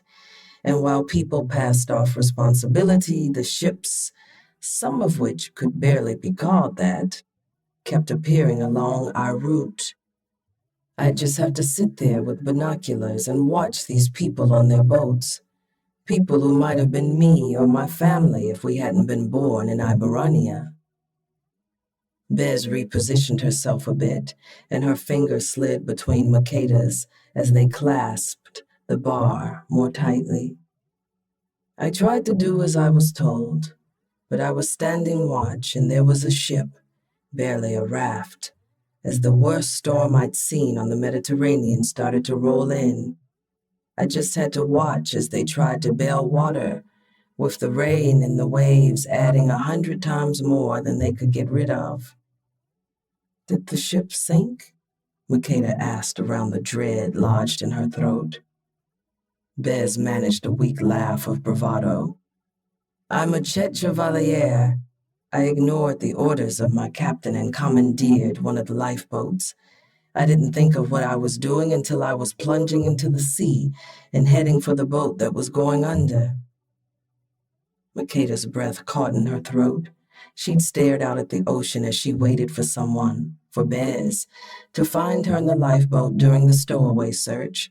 She'd thought about how terrifying it must be to just be launched into the sea from such a height, and she'd been looking out at calm waters. Bez had launched herself into seas like this. She held her more tightly, wishing she could stop this storm. Oh my God, Besnaria, what happened? I was fired, had all kinds of fines levied against me, but I saved many people. We had to pass the storm in the lifeboat with the waves hurling us every which way, but we were rescued eventually when conditions were safer. Makeda rubbed her cheek against Besnaria's. That's incredible. Do you understand? Her throat closed up with emotion and she cleared it. Do you understand that you're incredible? I saved many people, not all of the people, because I waited, because I listened to rules that made no sense to me, but were supposed to prove that I was a good employee. Bez dropped back against the wall behind her and then down to rest against Makeda again. There is a difference between knowing you can't save everyone and experiencing it firsthand. I had spent my life thinking failure was impossible if you tried hard enough, but she shrugged. I forced myself to forget, just like people who get on those boats force themselves to forget if they make it to land. But right now, it's damned hard to see Snail. Makeda's eyes were hot with tears, even though Bez seemed to be returning to herself the more she talked. She thought of the back of the business card she'd been handed, with Damsel in Distress Rescue Services written as neatly as Bez could manage in her scrawling handwriting. Besnaria, she said, and she thought it was too quiet to be heard above the roar of the storm, but Bez must have felt it, with their bodies pressed together. I'll be all right, she said, rolling her shoulders but still holding Makeda tightly. I just want the storm to pass. It carried these memories with it, and it will take them away. They sat in silence for long minutes as Makeda ran through things she could say to make it right. Makeda's entire body was tense with the desire to fix this, to make Bez feel better, or to talk and drown out whatever thoughts were in Bez's head with caring and kindness. But that wasn't what the investigator needed. You're right, she said. You'll be all right, but I'm proud of you. You did a good thing, and you still do good things. It's in my blood, Bez said. I'm a Chet Chevalier. Besnaria had said this so many times before, but this time Makeda couldn't let it stand. She loved her family too, but so much of her life had been lost to the idea that the people she came from should dictate who she was and what she wanted in life. She was Grandmore and her grandfather, even if he hadn't been biologically related. She was her mother, for better or for worse, but she was her own person, even if she still didn't know who that was. And Bez was her own person too. No. Makeda pulled her head back so that her nose was almost pressed against Bez's. She wanted to be sure the woman heard this part, not just assume the message had gotten through. If that was true, I'd be someone different. I'd be brave and careless and want to be a princess. Doing good is just who you are, apart from your family and their history. I'm proud of you. Makeda saw the usual mischief that illuminated Besnaria from within begin to brighten her eyes, like a dawn in shades of honey brown. Bez still looked shaken, but not overwhelmed. Thank you, she said, a little haughtiness in her tone. I am rather incredible, but so are you. Makeda began to shrug and look away, but Bez's grip tightened around her. Don't do it. Don't act like you aren't, or I really will fling you out into the sea and you'll have to hope the dolphins rescue you. Makeda smiled, mostly because if Bez could joke about this right now, it meant her crisis was passing. I didn't even say anything, Makeda replied, rocking forward a little since her arms were busy holding on to Bez and the boat for dear life. The Virginia Queen skipped across a large wave just then, jolting their faces together. This time, their noses bumped and their lips pressed together, but there was no pain in split lips, just a shock of awareness that they were pressed close in the corner of the sleep alcove, that Makeda was mostly in Bez's lap, that their bare thighs touched where the hem of Makeda's shorts ended, and Bez's robe had hiked up. Need awoke in Makeda with this new acknowledgement of proximity, mouth to mouth, thigh to thigh, a clench at her core and an ache in her clit. Well, it looks like Mother Nature wants to keep it that way, Bez said against Makeda's mouth, and then her tongue pressed between Makeda's lips. They'd kissed a lot in the last 24 hours, but so few times in total. They were still at the stage where every kiss was new, a different facet, a heightened emotion.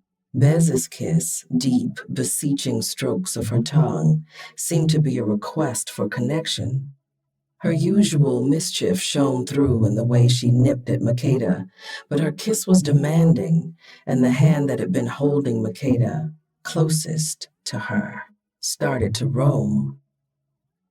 The rough skin of Bez's palm sent tingles of pleasure over Makeda's back as she stroked, and Makeda mirrored the action through the fabric of Bez's robe. For the first time, she was annoyed at high-quality fabric. It was too thick. Bez's hand tightened around hers on the bar, and the other slid up between her shoulder blades. Makeda arched her back so that her head dropped back, and Bez could leave a trail of kisses down her jawline to her neck, where she licked and sucked. That feels good, she said, and Bez slid her nose up her neck on a return journey that left sparks of pleasure in its wake until her mouth was at Makeda's ear. The storm is loud, she said.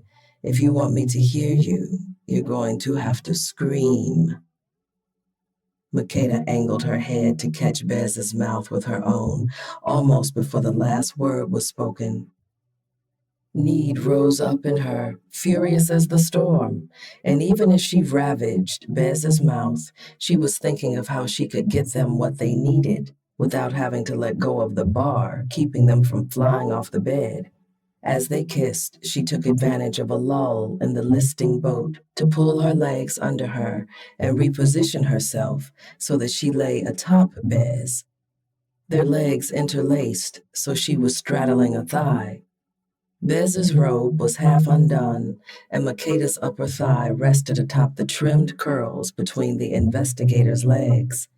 She licked hard into Bez's mouth, relishing the gasp when she rocked forward, sliding her aching clit along Bez's leg and more firmly pressing her own thigh against Bez's warm, slick heat.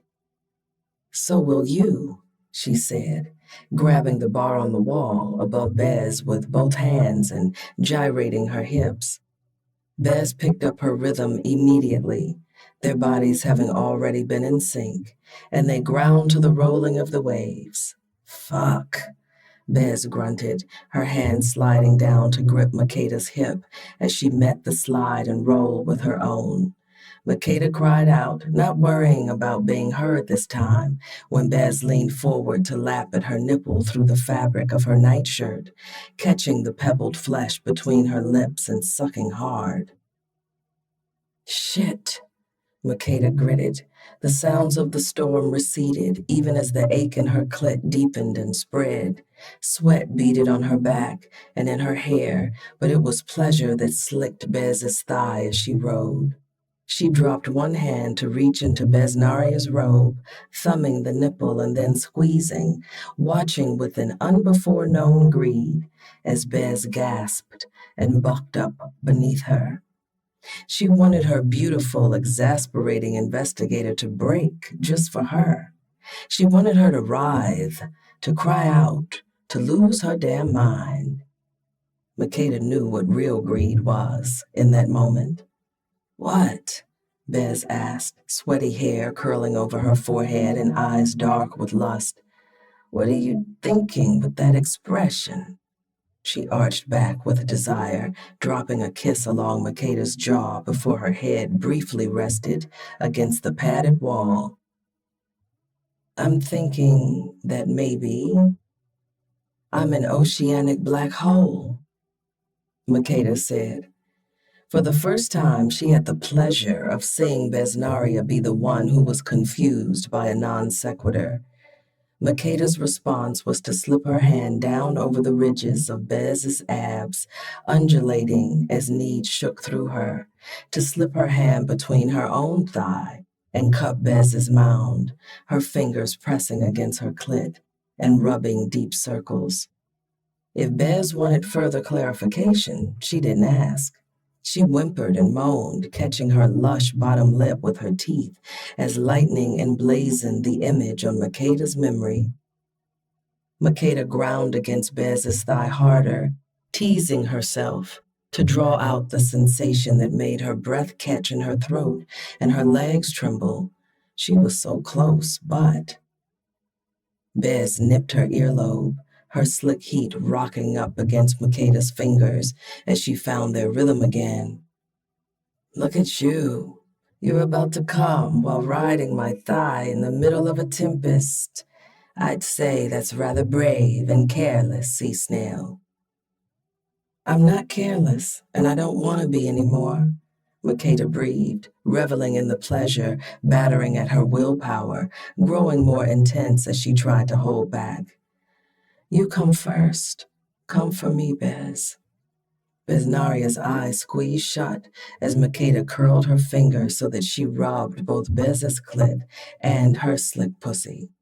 She quickened her pace with short, controlled thrust of her hand, teasing her.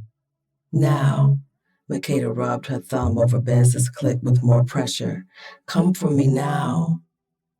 Mutana Mindu, Bez cried out as warmth spurted over Makeda's fingers.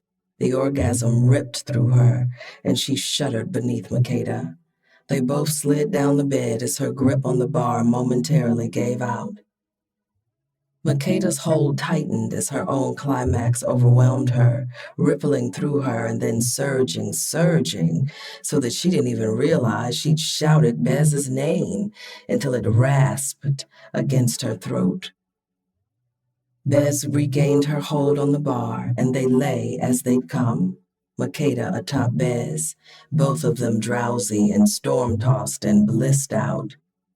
I think this proves my theory that you're also incredible, Bez said, with such reverence that they both burst out laughing.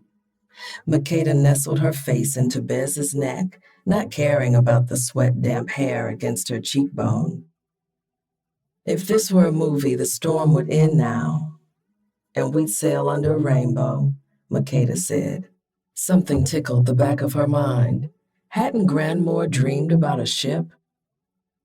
Then Bez's tongue curled along the shell of her ear. Unfortunately, this isn't a movie. The storm won't pass for a few hours, so I suppose we'll just have to keep ourselves occupied. Do you think we can do a jigsaw puzzle with the ship rolling like this?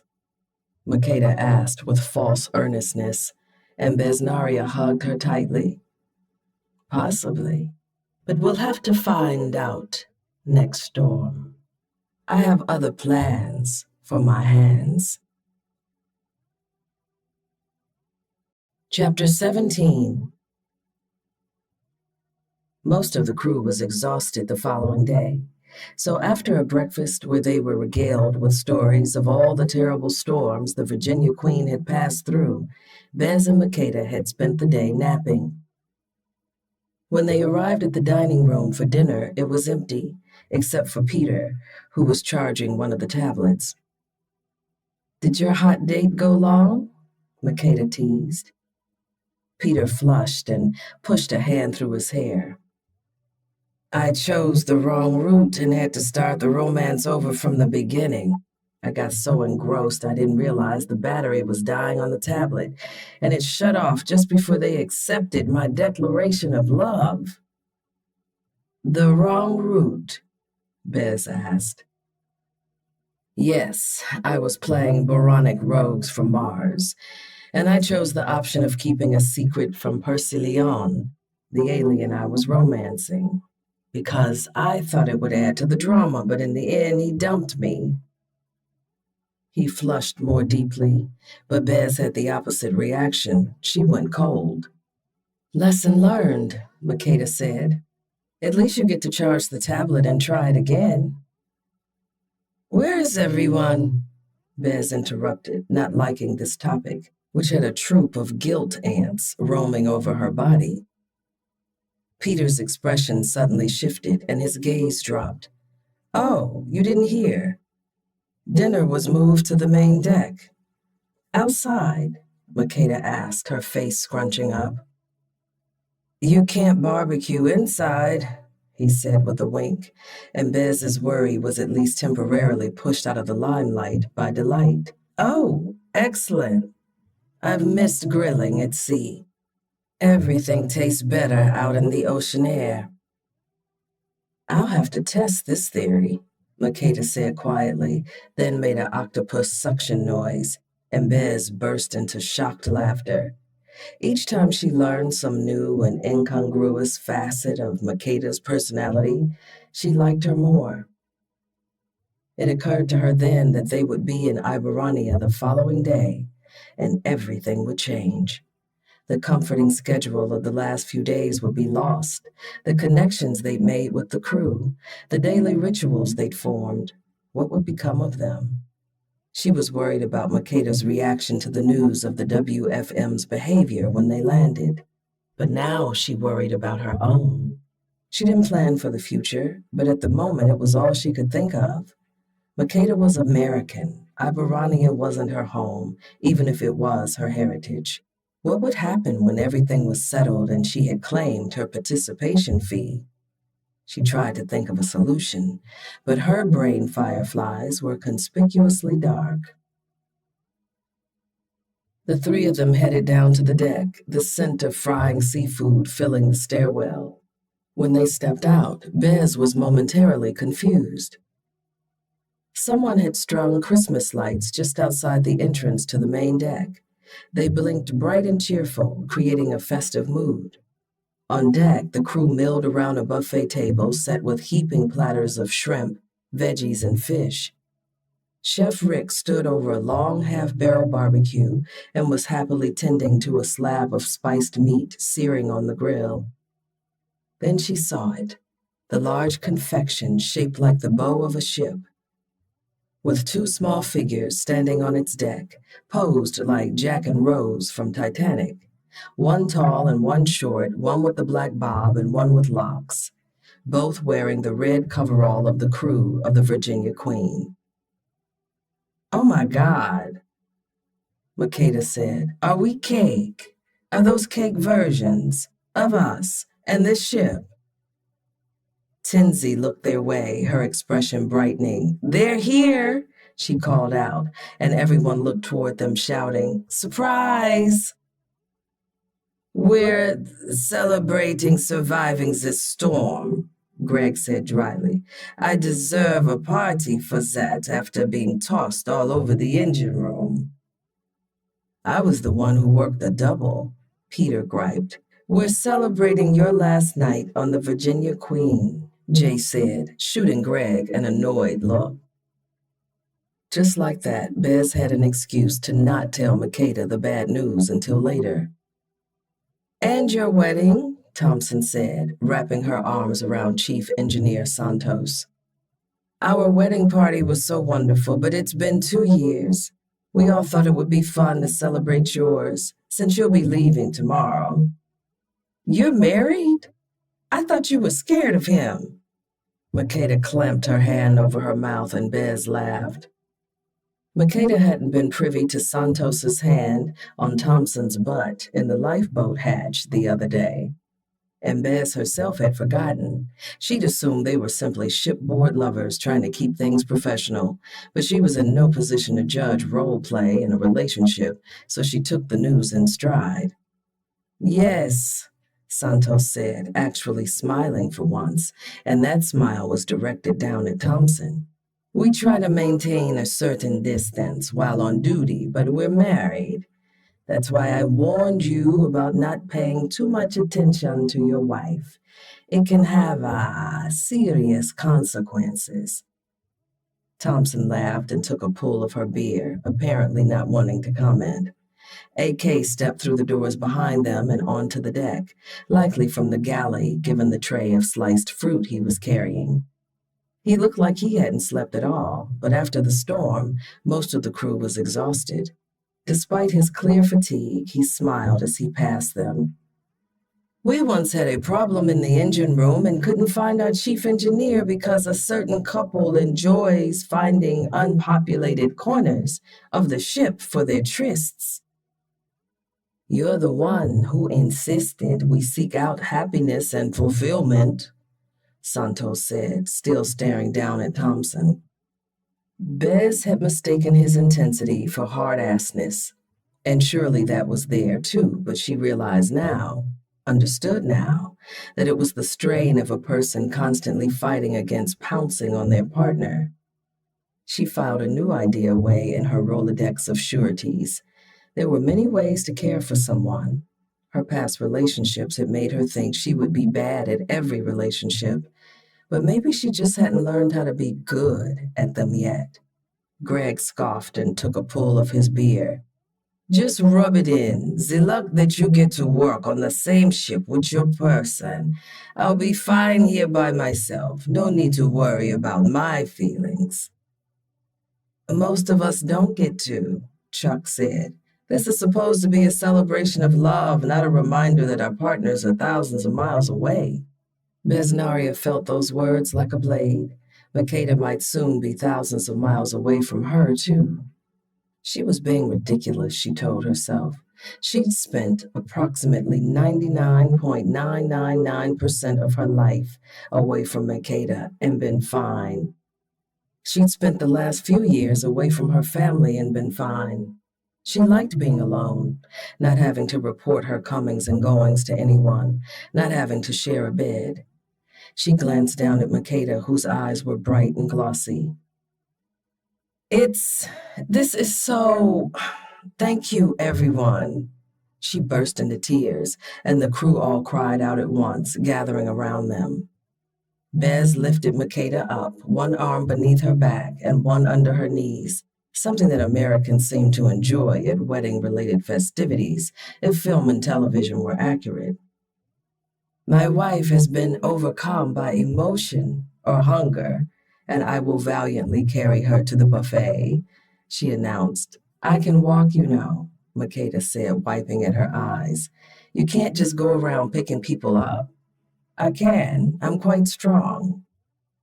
She scrunched up her face, lowering and raising Makeda a few times, as if she were an adorable barbell, before nodding. I don't think I'll lift anyone else, but I like doing it to you. How romantic, Makeda said. If you let me sit on your back while you do one-handed push-ups, I'll know it's true. Loak. Makeda startled and threw her arms up to shield her face. Bez held her more firmly, blinking at the fistful of rice grains hitting her in the face, most of them rebounding off her glasses.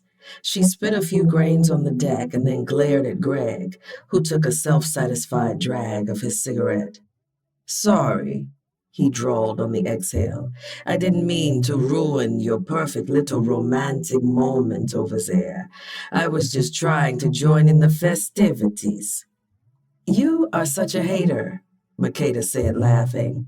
And then Bez laughed too, and everyone joined in.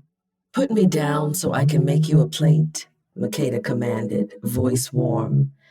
I can make my own, Bez replied, confused.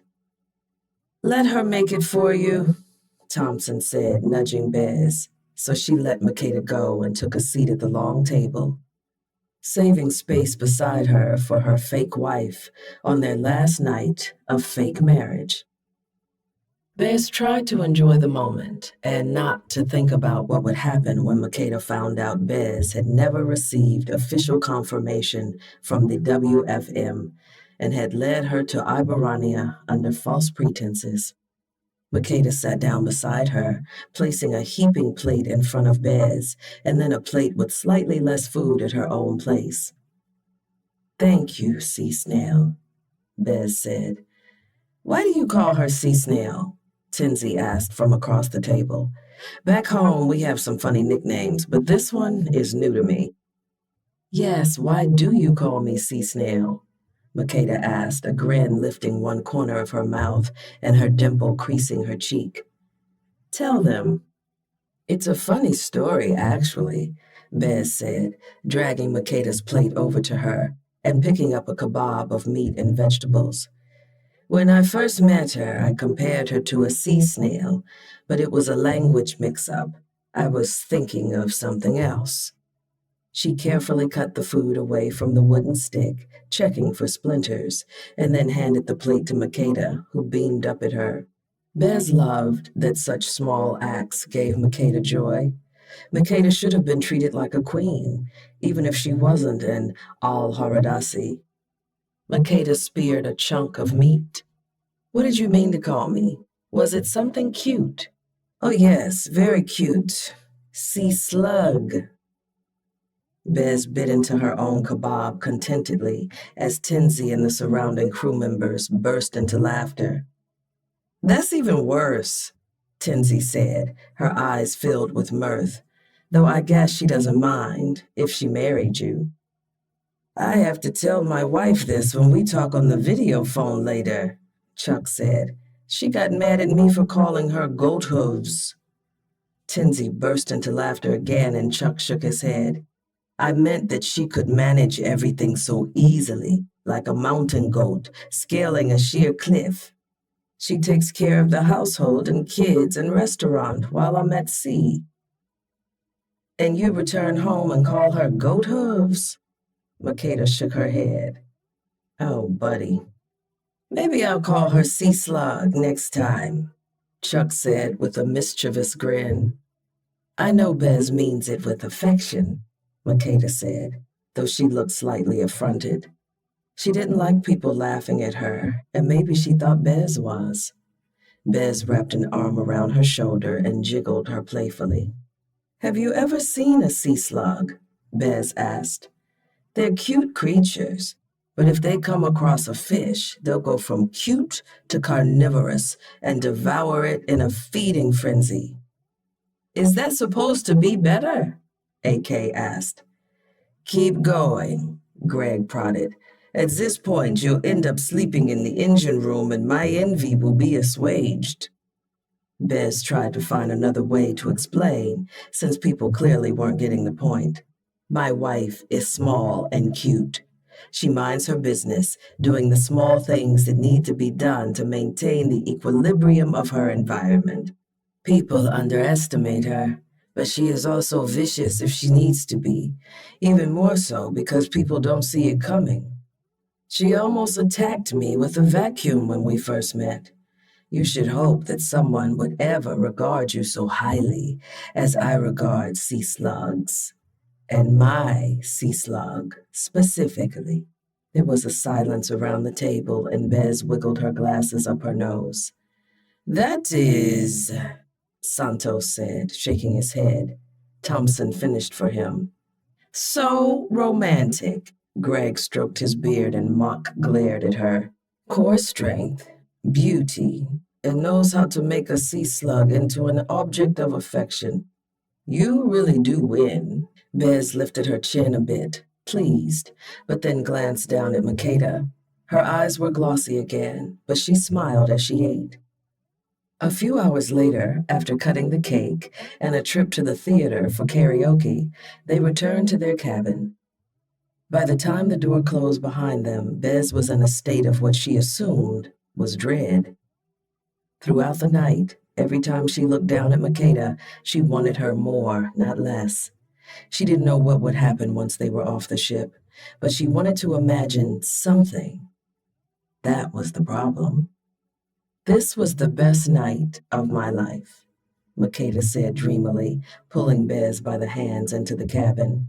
She'd only had one drink, the champagne toast, so she seemed to be drunk on emotion, if anything. Can you believe I thought this trip would be bad? Things had reached a critical point. Bez had to tell Makeda. She knew she had to because it was the thing she wanted to do least in the world. Bez stood rooted in the doorway. What's wrong? Of course, Makeda would be able to tell something was going on with her.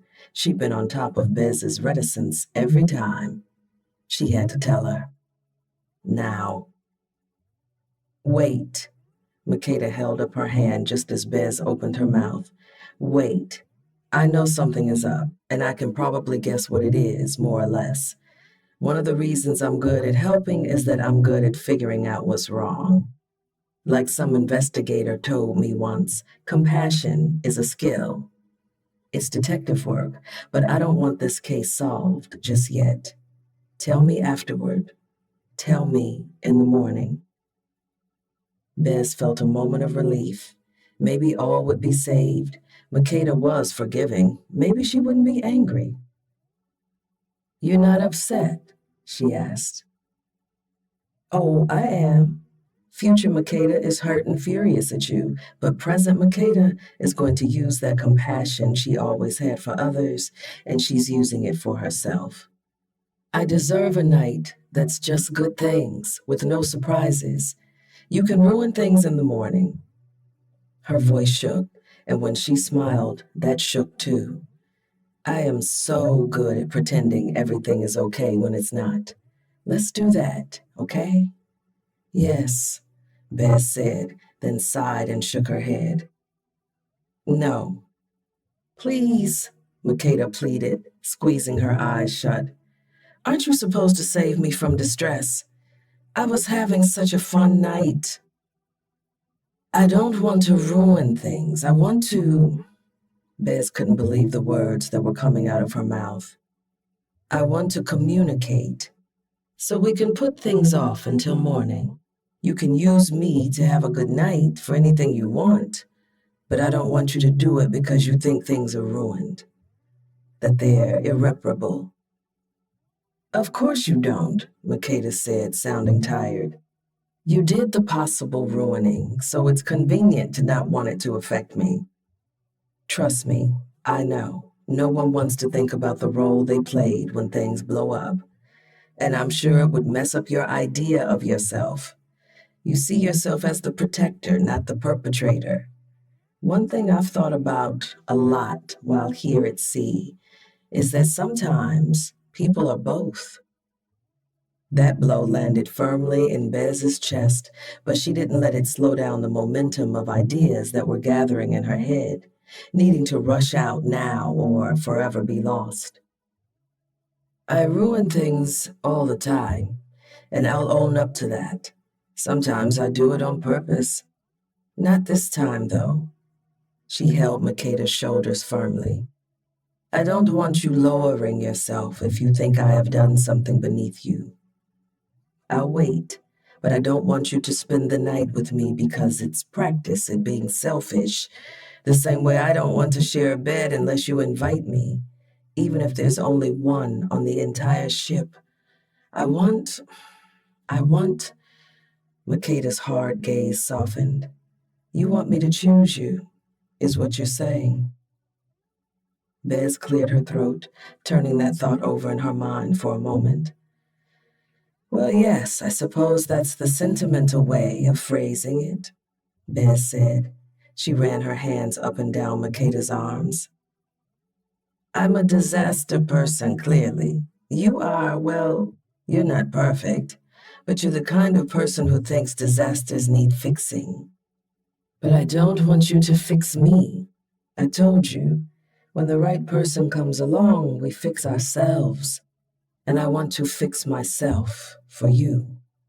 Makeda frowned. Bez, that's not, oh, don't get me wrong. I'm magnificent as I am, I know that. Bez pressed on, grabbing at fireflies that blinked once, then 4 times, then 3. A message she hadn't ever received before. Fixing myself doesn't mean changing.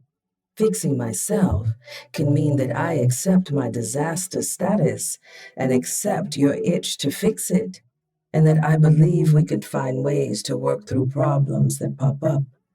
And it means that I haven't told you everything that I needed to, because I thought it was reasonable, but I didn't explore why I thought that. And why is that? Makeda asked. It was reasonable because I, selfishly, didn't want you to hate me. It was reasonable because you hating me felt unacceptable, even as we boarded the ship. What did you do? Makeda said, leaning in so that her cheek rested against Besnaria's chest. Let's get it over with now, Besnaria. Destroyer of good times. The WFM hasn't been responding to my emails, texts, or phone calls, so they haven't officially acknowledged you. And because they haven't, there's a chance you won't be eligible as a princess prospect. That wouldn't be the worst thing, Makeda said, an odd thread of relief in her voice. That means there would be no money, Bez said. And that's why you came, though about that, I've been thinking about that too, Makeda said. She pulled away from Bez and sat down on the couch. Bez sat down beside her, cautiously, not because she was a likely al-Haradasi, but because Makeda was a sea slug. I was panicked when I found out about the bank going after the B&B, and there was money right there. But if you know anything about me, I always have a contingency plan, especially because your details were sketchy as hell. Did you think I was entrusting my entire future, my grandmother's future, and my credit report to a total stranger? She laughed, and Bess suddenly understood how anxiety-inducing it was, not knowing if someone was laughing with you or at you. So many years had gone by since someone's derisive laughter could sting, but this passed over her like a tuna's scales, abrading the conception she'd had of the last few days. Oh, Bez said, trying to muster up a smile. Of course you wouldn't. I can save Grandmore's house without the money from the royal search. That would be the easiest solution at this point, but I can go harder after Amber to pay. I can take out a loan with better interest. I can ask my mother for help because one thing I've learned is I shouldn't have to shoulder every responsibility in my family just because I'm a multi-tool. Plus, I have a job waiting. She looked away from Bez in a jerky motion. I've had fun and learned things on this trip. I never wanted to go to Ibarania, really. And if it doesn't work out, well, that's that. But there's more than one way to solve this problem. There's still a chance that I can get you in, Bez said, not ready to give up yet. And I can help pay the debt if contingency plans don't work. Why would you help pay? Makeda asked quietly. Because I misled you and I failed to uphold my end of the contract. Bez said quickly, knowing it was the wrong answer even before it passed through her lips. She would help pay because she cared about whether Makeda had to struggle, and that had nothing to do with damsel saving. Well, I haven't been entirely truthful either. Let's call it even, Makeda said, then yawned. If it works out, it's fine. If you can't, it's fine. One thing about me, I always figure out how to fix things by myself. Makeda said it almost cheerily, but those last words, by myself, hit Bez in the throat, choking any response out of her. She had one more admission to make, no, two, but the moment for them had passed. Makeda wasn't angry. She should have been upset. She should have felt betrayed. Instead, she was resigned and already figuring out how to do things alone. Bez knew in that moment that she had failed, and worse, that Makeda had always expected her to. All this time, Makeda had been humoring her, even as Bez felt pride in solving both of their problems in one swoop. Bez sat there, bound by her own thoughts, as Makeda showered and prepared for bed. "Are you coming to bed?" she asked. "Oh, I'm comfortable here. I think we both need a good night's sleep after last night, since tomorrow will be busy." "Oh, okay. Good night." If her fake wife noticed something was wrong, this time she didn't ask what it was. Bez, having learned that communication didn't solve everything and sometimes created additional problems to boot, pulled her blanket around herself and went to sleep. She dreamed of a sea snail in a crown who stripped her sword from her and rode off on a kraken. A scenario that should have been funny but left her with a deep sadness she couldn't shake when she awoke in the middle of the night. Sleep had apparently fled on the back of that kraken, too. Bez lay awake, thinking. Her instincts had guided her to Makeda and back to Iberania. Now, when she should be excited, contest or not, she could clear the stain on her family's honor and make her grandmother proud. She felt nothing but worry. Why had the WFM been ignoring her? Why had her grandmother been ignoring her? When she couldn't come up with any reasonable answers, she was left with a rare sense of foreboding. She was sure bringing Makeda home was the right thing to do, but something told her the next few days might not turn out how she'd imagined. She had to hope that for once, her instincts were wrong. Chapter 18. "Don't cry," Makeda said, feeling her own eyes well up in response to seeing someone else's tears. "It always passes too quickly," Greg sniffled, his voice wavering. "Now who will I direct my pettiness at?" The crew had assembled on the main deck as Iberania drew closer and closer, a rocky island that stood sentinel in the blue sea, its beaches strips of white sand beneath cliffs nestled with white houses. Light green tiled roofs accented the darker green of shrubbery and trees. The picture was so familiar from the photos her mother had kept around the house, framed images from a calendar she'd ordered and repurposed. A small boat motored toward them from the island, and Makeda's stomach lurched. She looked toward Bez to find her staring at the boat, too. She'd been reticent since they'd woken up. It was hot, in a way, but also worrisome. She hadn't said much all morning, almost as if she were upset.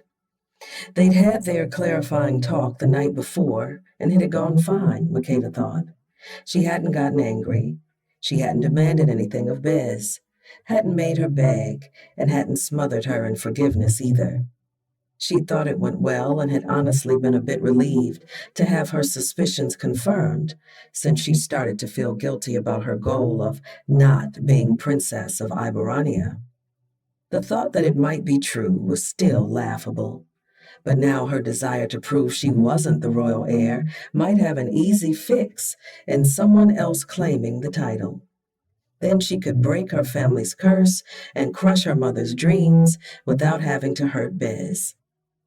But somehow, despite Makeda making it clear that she didn't expect Bez to solve her problems. Something was wrong.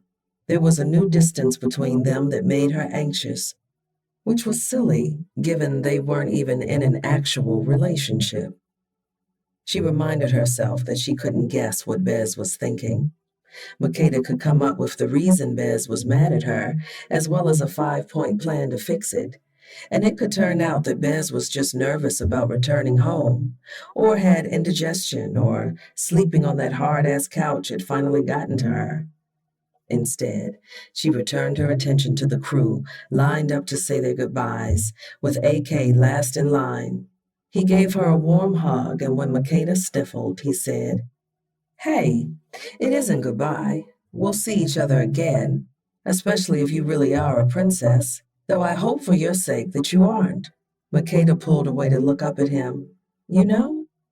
"Multitool," he said, crossing his arms, then added, "and Besnaria told me while trying to pry information out of me about my own situation.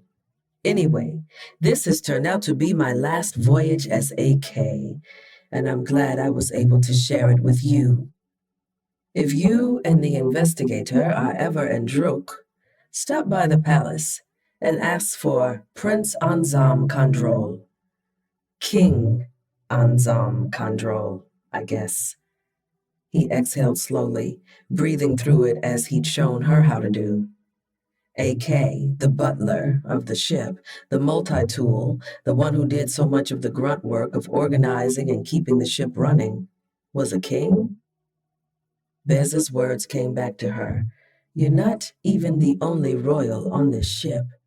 When he taught her things about running the ship, she'd noticed it seemed like he was discussing a world view more than a managerial manual. Now she understood that she wasn't the only one who had been practicing on the ship. Makeda was sure she'd be more shocked later, but in the moment she saw a friend struggling. A friend who had helped her better understand herself. Whether he was royalty or not, he was upset, and she wouldn't suddenly start being formal with him. The meaning of his words started to sink in, if not their import. He was going from prince to king. "Wait, are your parents?" "They're fine," he said. "More than fine. It's complicated." "Is your happiness in Druk?" she asked, already knowing the answer, but still sad for him when he shook his head. "I hope there's some way for you to find it." AK smiled, one she was familiar with, a pretense that everything was going to be fine when it wasn't. "And if there's something I can do to help," she added, feeling a bit silly since he really was a royal, but saying it anyway, "just let me know." They quickly exchanged email addresses, and then the small ship arrived next to the Virginia Queen. "Well, I have to go hop over the side of the ship now," Makeda said, even though her stomach had started to compact into a ball of nerves. "It's okay to be scared," he reminded her. She and Bez were strapped into harnesses attached to a winch. She waited for Bez to make an inappropriate observation as they held on to one another, but all she said was, "Hold on tight." The fit of the harness lowering her and Bez onto the boat was like the atomic wedgie Makeda had received from a classmate who'd taken their bullying playbook from a Nickelodeon show. Still, she couldn't be too nervous as they swayed in the breeze with the Mediterranean's clear blue depths below them. She was too focused on how wrong everything felt. She wanted to shimmy back up the rope, back to the cabin that had started to feel like home, and back to the people who had become her friends. She looked up at the smiling, friendly faces lined up along the guardrail of the Virginia Queen, the wind whipping silly tears from her eyes, and then into the expressionless face of the woman pressed up against her. Makeda might as well have been a package Bez was ferrying between vessels. In reality, she supposed that was what she was, a princess to be handed off to the WFM to clear Bez's family name. Bez had liked her on the cargo ship, sure, but they were heading to her home turf now. she'd achieved her objective.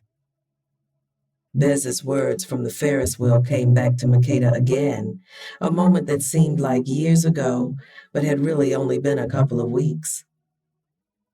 When in a small semi-private space, fornication becomes a challenge of sorts. Ah, maybe that was it. Makeda couldn't be sure, of course, but here they were leaving their semi-private space, and Bez would barely look at her. They landed on the boat before she knew it. At one point, she would have thought this very large, but after life on the ship, it seemed minuscule. A short, barrel-chested man with deeply tanned skin and a crown of dark, curly ringlets, shot through with gray, popped his head out of the wheelhouse. "Bezzy!" For the first time that morning, Bez smiled. Taking a few long strides to the man, she pulled him into a rough-side hug and planted a kiss on each of his cheeks. "John, excellent to see you. Thanks for the ride and for getting us the space on the ship." "No trouble at all," the man replied in an accent like Bez's, but without the British lilt shaping his words. "For you, anything, my dear." John started the idling ship and began pulling away from the Virginia Queen, and Makeda was momentarily too busy looking back at her friends to pay attention to what awaited her. The crew began to drift away from the port railing. They were used to goodbyes, on some level, having to say them to friends and loved ones for part of each year. But it was new for Makeda. She hated losing people and hadn't anticipated how off balance it would make her feel, having to say goodbye to people she'd only just met. It felt like grief, and she couldn't wait to be at her hotel or wherever she wound up so she could respond like it was. She tried to swallow the burning in her throat and sadness suddenly weighing her down. "Ah, so this is the lucky lady," John said, pulling her attention away from the cargo ship. "Your wife." Makeda glanced at Bez. Their fake marriage had ended when they left the Virginia Queen, hadn't it? That was another part of her grief, but this man was acting like it hadn't, and Bez wasn't disputing it. In fact, she was staring at the crowd gathered on the shore, pretending she hadn't heard him. "Is that my family?" Bez asked, changing the subject. "Of course," John said. "You've been gone for ages, so they were tracking the ship to see when you'd arrive."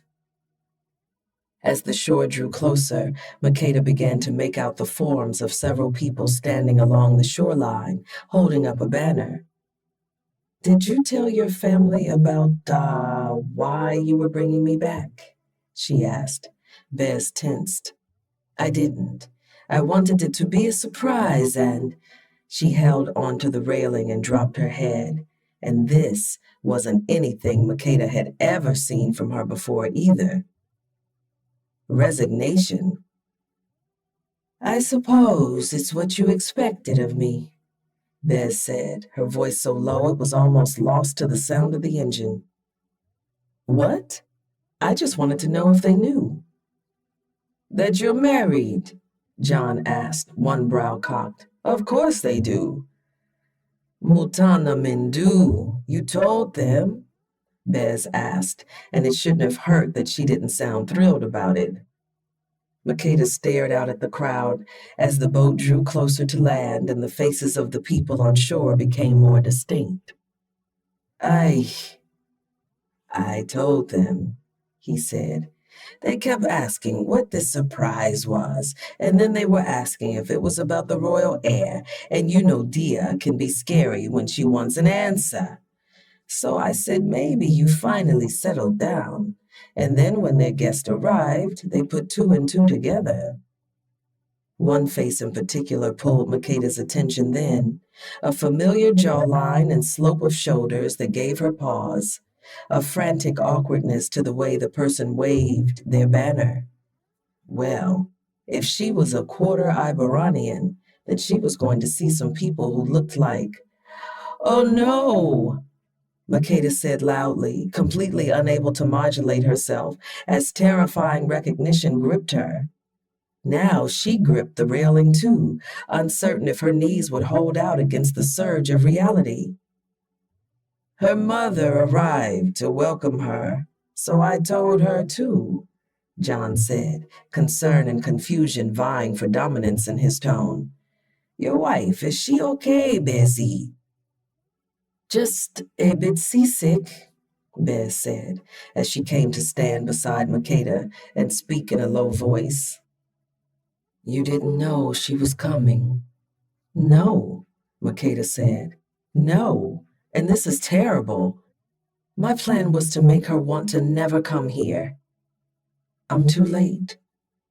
All of the ways in which her mother might have blown up her life in order to be standing on that shore played in horrifying clarity in Makeda's mind. She seemed to be alone, no Bill in sight. Had he left her, unable to deal with her obsession with royal power turned up to 11? Did he even know she was here? What about her job? Tears burned the back of her eyes and clogged her throat as they pulled up to the pier, surrounded by questions Makeda had hoped she'd never have to ask herself. She'd been able to forget while on the boat, but this was the reality of Bez having come into her life. She thought to break the curse, but it might have broken her in the end. You know she's an adult, Bez said as her family approached. Ashley Hicks chatting away happily with them. She is the one who should have this worried expression on her face, not you. I hate this expression. You're the reason it's there, Makeda whispered harshly. You said that the WFM tried to recall you before you came to the Golden Crown. You should have followed your orders and we wouldn't be in this mess. Besnaria made a sound like someone who'd been hit with an arrow. Through her worry and anger and frustration, at seeing her mother smiling like all was well, Makeda understood what her words had boiled down to. She'd just told Bez that she wished they'd never met. As awful as it felt, part of her had meant it. Her mother's eyes were bright with that foolish determination as she approached. She would be at home if Bez had never shown up. Makeda wouldn't be filled with a rage that made her want to shout at her mother and humiliate her.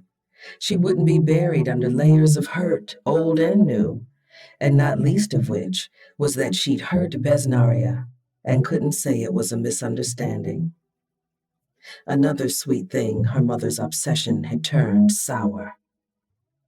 Don't worry, I'll take care of things, Bez said. Bez!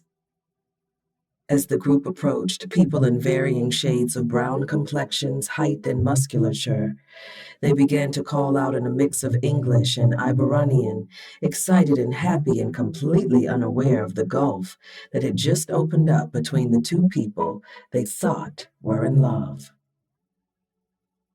Bessie, this is a big secret. A wife. You brought home a wife. My romance rules worked. I told you they would. A tall, older man called out as the crowd drew near. He was clearly Bez's father. DNA had hit copy and paste on his genes with a few tweaks to the code. Their faces were almost the same, with the same luminous dark brown skin, full circle of a mouth, and wide nose, though his hair was gray and close cropped and his glasses rectangular. Their long bodies were almost matching heights, but their eyes. Bez's father was also a chaos agent. Makeda could tell, even though he strode slowly, and looked like a kind grandpa. A woman who seemed about his age stepped in front of him. She was shorter, her skin a light brown, but she had the same gap in her teeth when she smiled and the same amber eyes. And her chaos vibe was even stronger. Bez was descended of two chaotic people, which was probably why Makeda had found her irresistible. She was chaos double concentrated. Welcome to the family. You can call me Big Mama, like they do in your American movies, the woman said, pulling Makeda into a crushing hug. She will call me Big Mama if none of you ingrates will. Bez's father cut in for his hug. Well, if you call her Big Mama, I'd like it if you call me Big Papa, so we match. Makeda would have laughed if she weren't caught between grief and overwhelm. And Papa, cut it out and let us meet our new sister, said a woman who was like a pocket version of Bez, with a pointy nose and long curling hair. Makeda was released, and the woman said, I'm Dia, Bezzy's oldest sister, and you absolutely don't have to call my mother Big Mama. There was one movie that kept playing on television, and she won't let it drop. And now my father is in on it. Do you even like hugs? Makeda nodded and was pulled into another hug that squeezed the breath from her.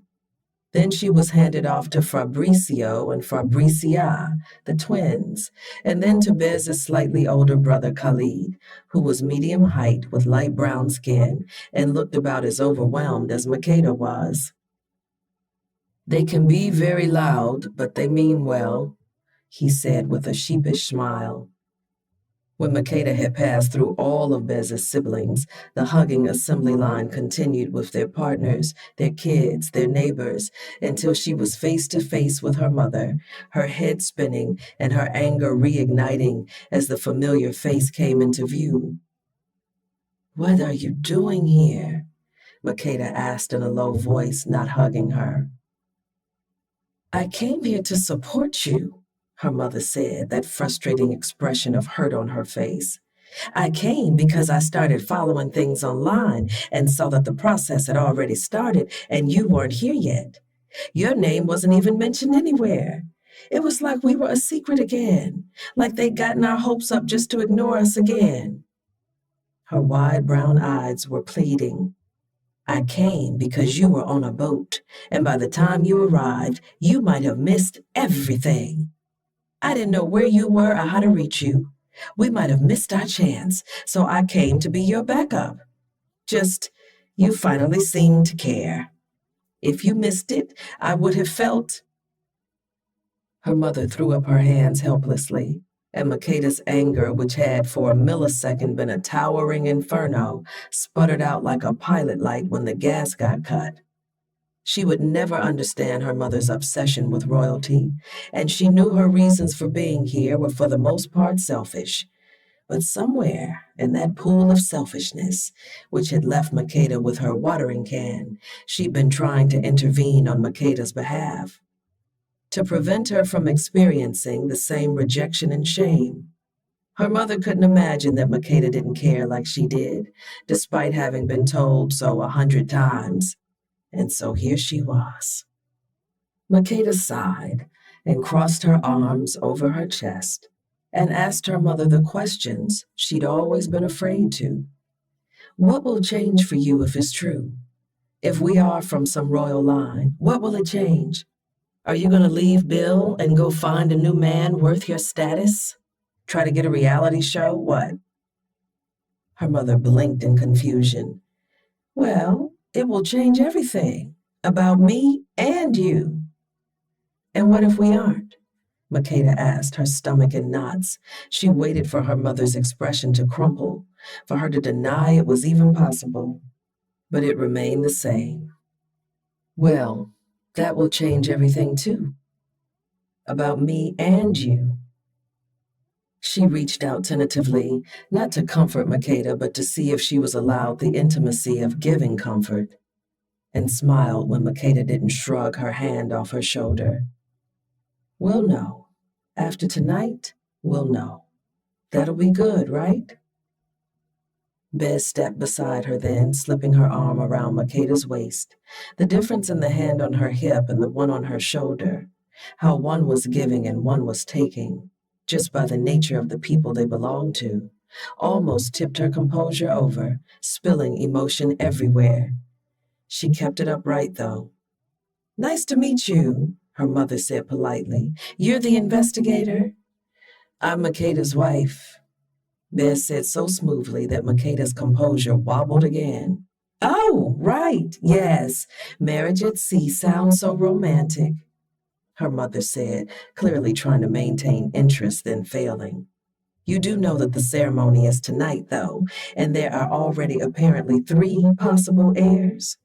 Because you travel by boat and they moved up the date, so I'll take care of it, Bez said, then looked at Makeda.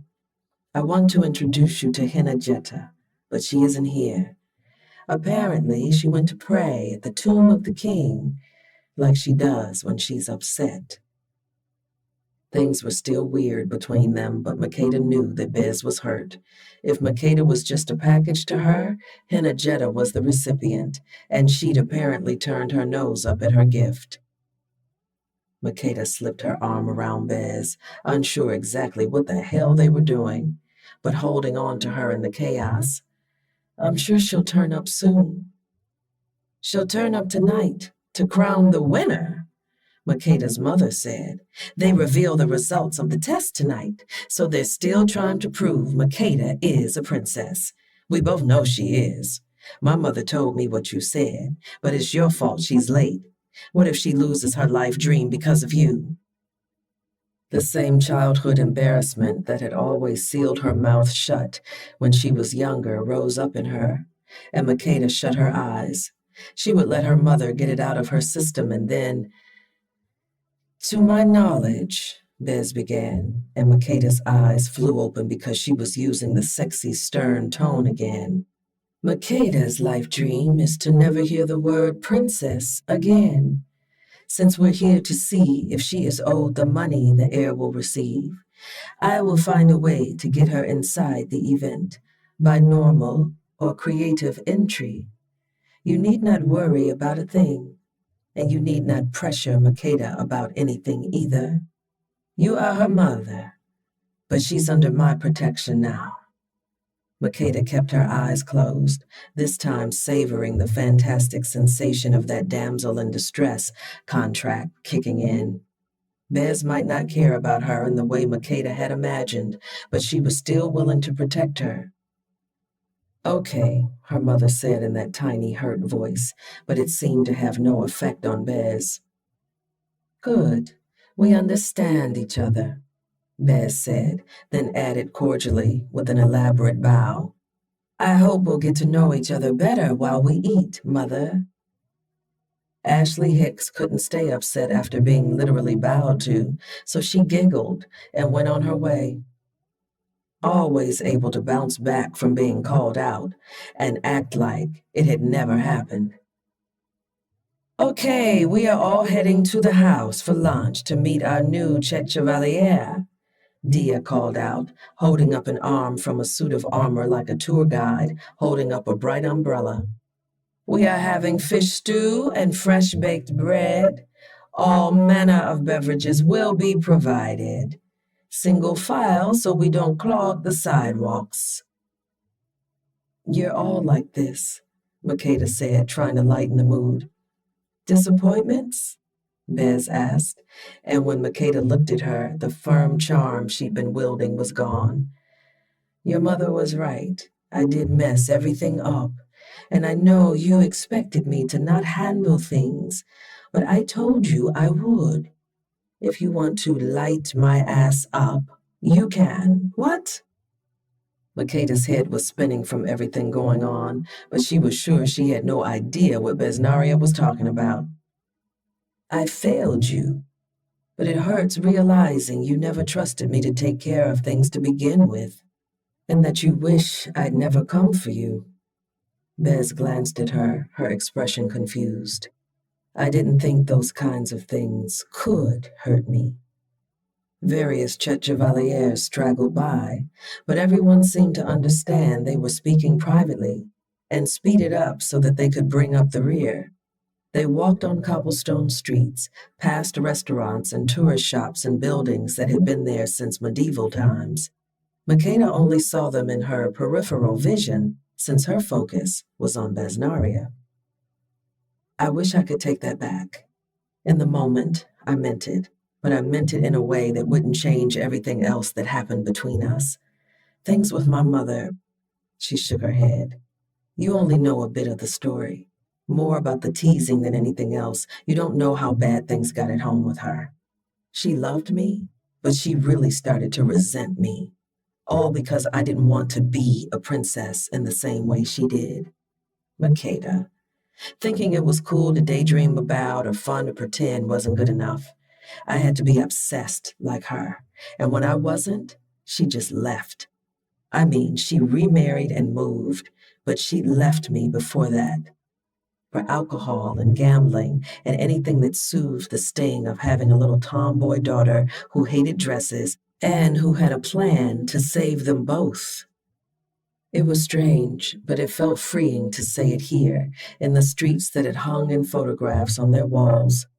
Sometimes, when she had still yearned for adventure, she'd imagine stepping into those pictures. Now she was here, and her mother was here, and nothing had changed between them. But maybe something could change in her. She hurt you, Bez said, and her being here hurts you.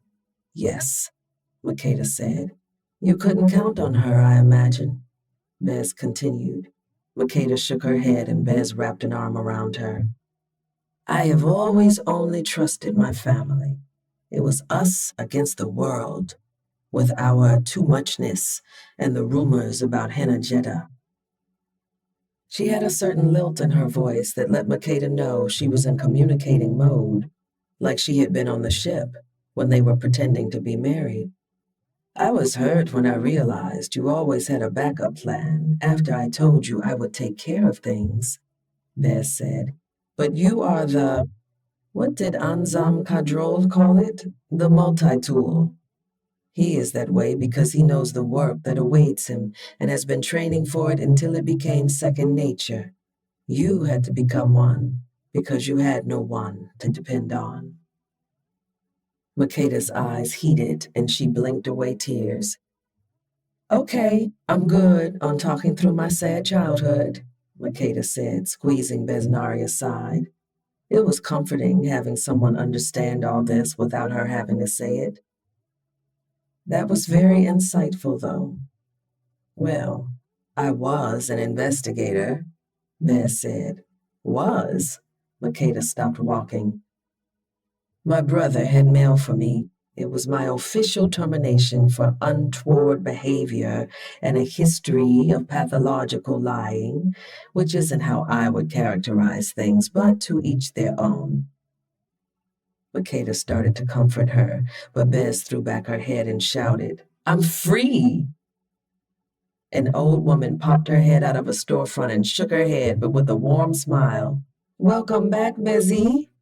Bez returned the greeting with a nod, and they started walking again. So what do we do now? Makeda asked. Should I just go back home with my mother? She wondered if her mother would go back. No, Bez said, her voice back to its old familiar chaotic bravado. A jet chevalier keeps their promise, and I, Bez, want to help you with this. Can you tell me what you meant when you said not having to do the princess thing would make things easier? You heard that? I hear everything. I remember later. My brain has me on a need-to-know basis as well. If that makes you feel better when I don't tell you things in the future. In the future? Could it really be as simple as that? I wanted to prove I wasn't a princess, Makeda admitted. So I had my own ulterior motives, and unlike you, I wasn't trying to find another way around them. You contacted the WFM every chance you got. I was figuring out how to make sure I wasn't a princess, even if I technically was one. I was going to betray you. Makeda tried to feel bad about it, but even though there was some guilt, she couldn't regret her decision. If you're not princess, then your mother will be able to move on, Bez said. Is that the plan? Well, yes, but it means your grandmother's name doesn't get cleared. Bez pushed her glasses up. I have a plan, and you have a plan. Let's talk about our plans, and we'll see what there is to see. Bez took her hand.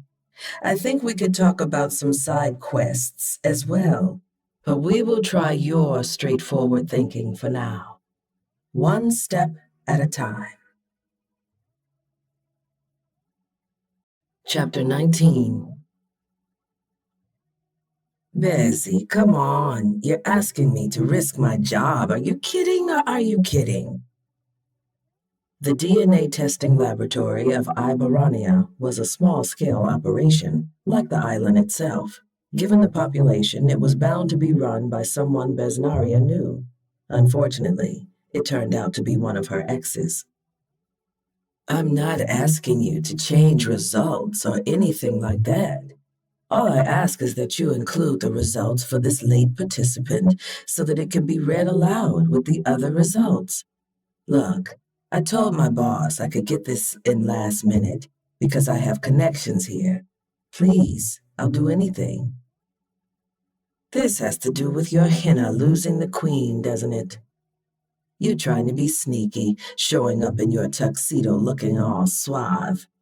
I'm not going to be the crab under the trap when the stick gets pulled. No. Bez turned the charm up a notch, keeping it within the platonic sector of her personal meter. No, Marianne. There's no trap. There will be no ramifications for adding extra information. You're not taking anything away, just adding an additional data point. And you'll do anything? Marianne asked sweetly. Within reason. Bez beamed at her, adjusting her bow tie. Well, get out then. Marianne gestured toward the exit.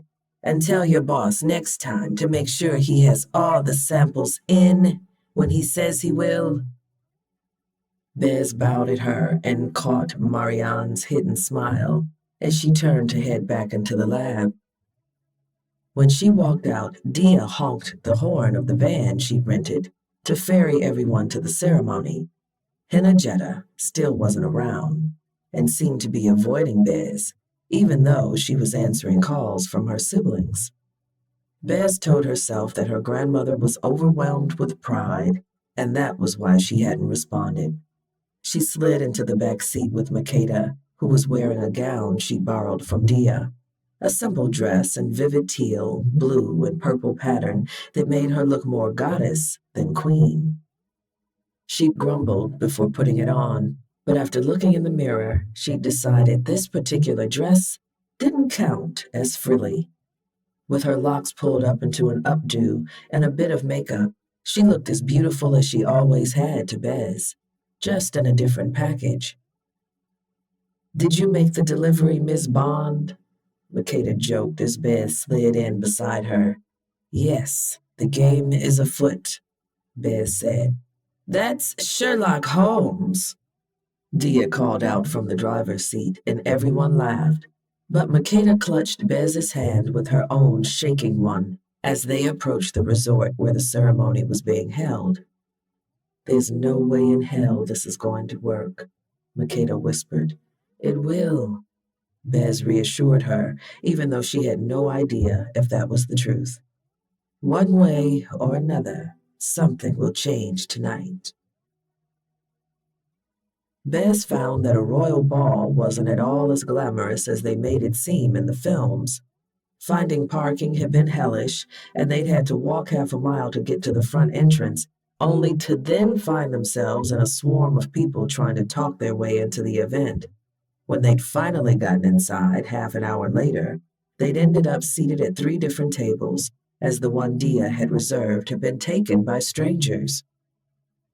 The room itself was beautiful, but the decorations were of lower quality than many weddings Bez had been to, in a gaudy color scheme of purple and bright yellow. The hors d'oeuvres being circulated were either over or undercooked, and the wine had clearly been purchased for economy, not taste. This is not how they make it seem in the movies, Makeda said as she shifted from one foot to the other in front of one of the wine stations set up around the room, clearly uncomfortable in her borrowed high heels. I feel like I'm at the prom. I hated prom. She kept scanning the room, Her mother was supposedly watching from her hotel room, but Bez understood Makeda's fear that she would pop up at any moment. She was also searching the crowd. Her grandmother was supposedly on the premises, though Bez hadn't managed to find her yet. Bez stroked Makeda's shoulders, the soft brown skin exposed by the dress's straps. I would be surprised, but when it comes to royalty, nothing is as good as stories make them seem to be. Dia's going to have her boss's head, though. He went behind her back and downgraded all of the fancy things she ordered. After tasting that mini quiche, I think he deserves it, she said lightly, and Bez grinned. I see your bloodthirsty nature is rising to the surface, Bez joked. Maybe being on the island has activated your pirate queen genes. Makeda smiled, flashing her dimple, and then Bez caught sight of a familiar gray-capped skull bobbing through the crowd. Her grandmother wore a simple black suit, usually reserved for funerals, with her ceremonial knives hanging from her hips. Hinajeta! She called out, and the old woman turned her way. Her grandmother wasn't an expressive woman, but she didn't even pretend to be happy to see her as she strode over. She walked up to Bez and looked her up and down, then turned and did the same to Makeda. Nice to meet you, she said to Makeda. You married my starfish brain granddaughter, so I give you my condolences. Bez's breath caught in her throat. You're the woman she traveled halfway around the world trying to please? Makeda looked her up and down. It's a pleasure to meet you, but please don't call her Starfish Brain again.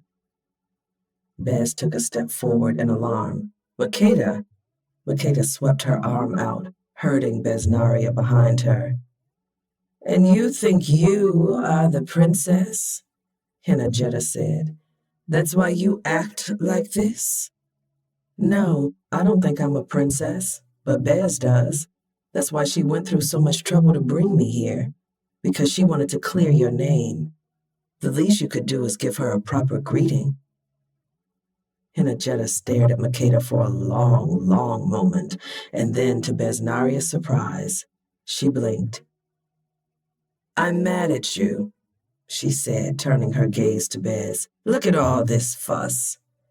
She shook her head and then grabbed her granddaughter into a rough embrace. Bez's stress ratcheted down a few notches. I didn't have anything to do with this, Bez said, and Hinajeta shook her head. It doesn't matter. I handled everything, okay? This will be put to an end soon. I have to go make the announcement, and then it will be over. She sighed deeply. I hope we get to speak more afterward, Makeda said in a friendlier tone, and Hinajeta nodded. Maybe, if I'm still alive. These people are trying to annoy me to death. But yes, talking is great. We'll do that. She shuffled off toward the stage. You talked back to my grandmother while she was sporting her blades, Bez said, her heart thumping wildly in her chest. She might have stabbed you. I would have deflected with one of these burnt flatbreads, Makeda said with a grin. You are hungry, Makeda said, then leaned up to kiss her on the cheek. A blast of fanfare screeched out through the speakers, and they both winced and brought their hands to their ears. The music was quickly turned down to a less excruciating volume, and the lights in the hall dimmed. The tourism minister, Mr. Butio Giorno, stepped out onto the stage nervously, perhaps feeling Dia's death glare fixing on him from somewhere in the crowd. Ah, hello, everyone, hello, he said, blinking against camera flashes. Thank you for joining us this evening for the official results of our air search. He began to clap, urging the people in the crowd to join him. This is a new and exciting chapter in Iberonian history. We are keeping our feet planted firmly in the future while honoring our glorious past. We are an island of people known for our fierceness and our independence, but also for our missing queen. It's a mystery that has gone unanswered until today. We hope with the crowning of a ceremonial monarch, we will open an exciting chapter. Not chapter, I already said that. An exciting avenue that lets us and people around the world learn more about our royalty in a direct line from Lala to whomever we select tonight. He nodded a few times as the audience clapped, then fumbled in his pockets. He looked off stage and a woman trotted out holding an envelope. And now for the results of the DNA test. He began opening the envelope like he'd never received mail before, picking at the edges with shaking hands as the tension in the crowd rose. Bez held Makeda against her. "It will be fine," she said. "It will," Makeda said. "I know it won't be me, but I'm still nervous. It's not every day you get to break a curse." The minister finally ripped the envelope open and grabbed the slip of paper inside as it fluttered to the ground. "And the new princess is Makeda Hicks." "Makeda Hicks? Who is Makeda Hicks?" The crowd burst into applause that faded as confusion set in. It can't be." Makeda gripped Bez hard. "Bez." "Oh, I don't know how." Bez heard Makeda's confused attempt to comfort her, but her ears were ringing and she felt slightly ill. "I will take care of it," she said. "No, let's think about this. You don't have to do anything right now." She gently pulled Makeda's arms away, giving them a squeeze, and then her legs carried her to the stage. The crowd parted before her, perhaps because she looked like she was about to vomit, and her shoes felt like they were filled with lead. Mr. Buttigiorno looked at her with wide eyes. "Vesnaria, what are you doing?" She took the mic from him and gripped it tightly while looking out into the crowd. "Hi, I am not Makeda Hicks, but I am. Her thoughts were all over the place, but she took a deep breath and did what needed to be done to keep her promise to Makeda and, in a terrible way, to Hinajetta. "I am Besnaria Chevalier, as many of you know, and I provided the sample that was submitted to the DNA testers under the name Makeda Hicks. I am the one who is a princess of Iberania." The noise level in the room went from curious murmurs to an explosion of shocked voices. Bez couldn't make out what people were saying because her own head was full of the chatter of her thoughts. The plan had been simple. She'd swab her own saliva for the test. Makeda would be ruled out. Her name wouldn't be mentioned, but they'd have the results to share with her mother to prove Kashan had lied. Except they'd discovered that it was Hinajetta who had lied. Everything Bez had believed in had been based in lies. "This woman makes a mockery of the ceremony," a familiar fake English accent called out as Higgins stormed the stage. "She is a known chaos agent, a thief, and she was recently fired from the World Federation of Monarchists for being a liar. Those are not the correct results." Bez stared at him as he snatched the microphone from her. "It is a well-known fact that Queen Aziz sought refuge in the former kingdom of Hagen Shiggins. I am the heir to the Iberanian throne." Another, even louder outburst from the audience filled the room, and Mr. Bottigiorno looked back and forth between them, utterly lost. It fell into place for Bez why he had sent her away on a wild seagull chase, why he had been ignoring her calls and emails, and why he had been pressuring her grandmother. He was a kingmaker who wanted to be a king, and he'd orchestrated all of this for the chance at even a ceremonial crown. She glared at him. You knew. You knew all this time. That's why you recruited me, isn't it? He sneered, but didn't respond, instead turning to the audience. I know what those results were supposed to be. Where did this Makeda Hicks even come from? Clearly, this is an attempt to besmirch the name of the World Federation of Monarchists and Iberania itself. He took a deep breath, but before he could speak again, he cried out in pain and folded to the ground. As he collapsed, Bez saw her grandmother on the other side of him, gazing back at her with sadness in her eyes. She sighed and picked up the microphone. Hello, everyone who is about to hear my personal business that I have managed to keep a secret for over 50 years. Hannah, did you stab him? Bez stage whispered, worried that her grandmother had committed murder on camera. No, I just incapacitated him.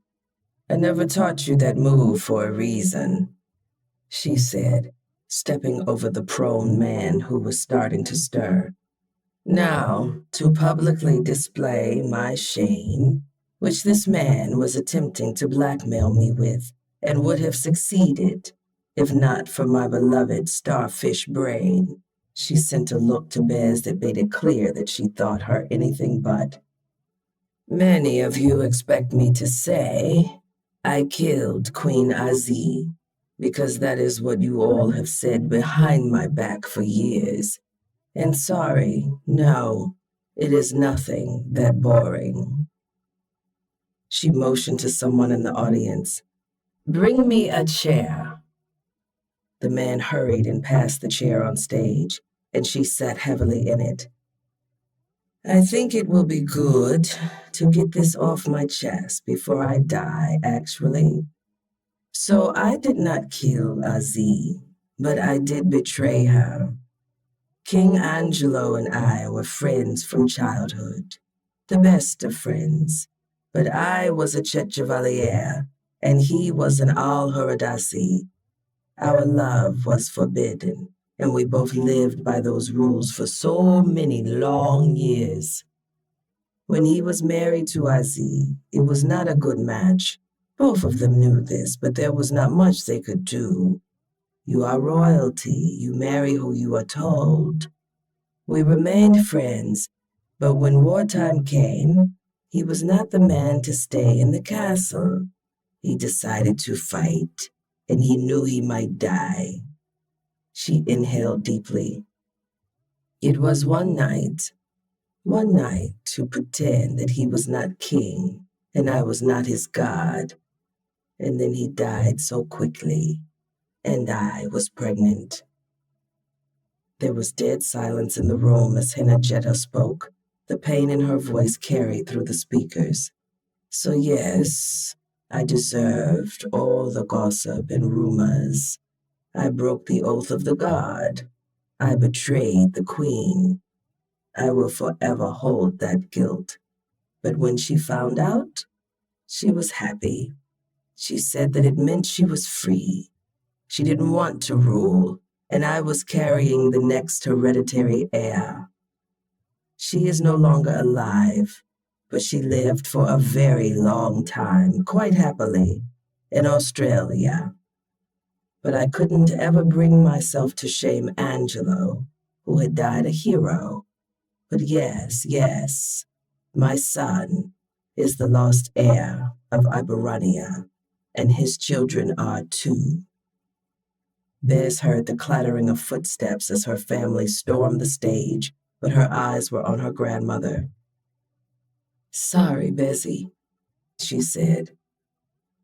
Bez wanted to run away, but instead she walked to her grandmother, knelt beside her, and grabbed the first firefly that flitted by in her mind.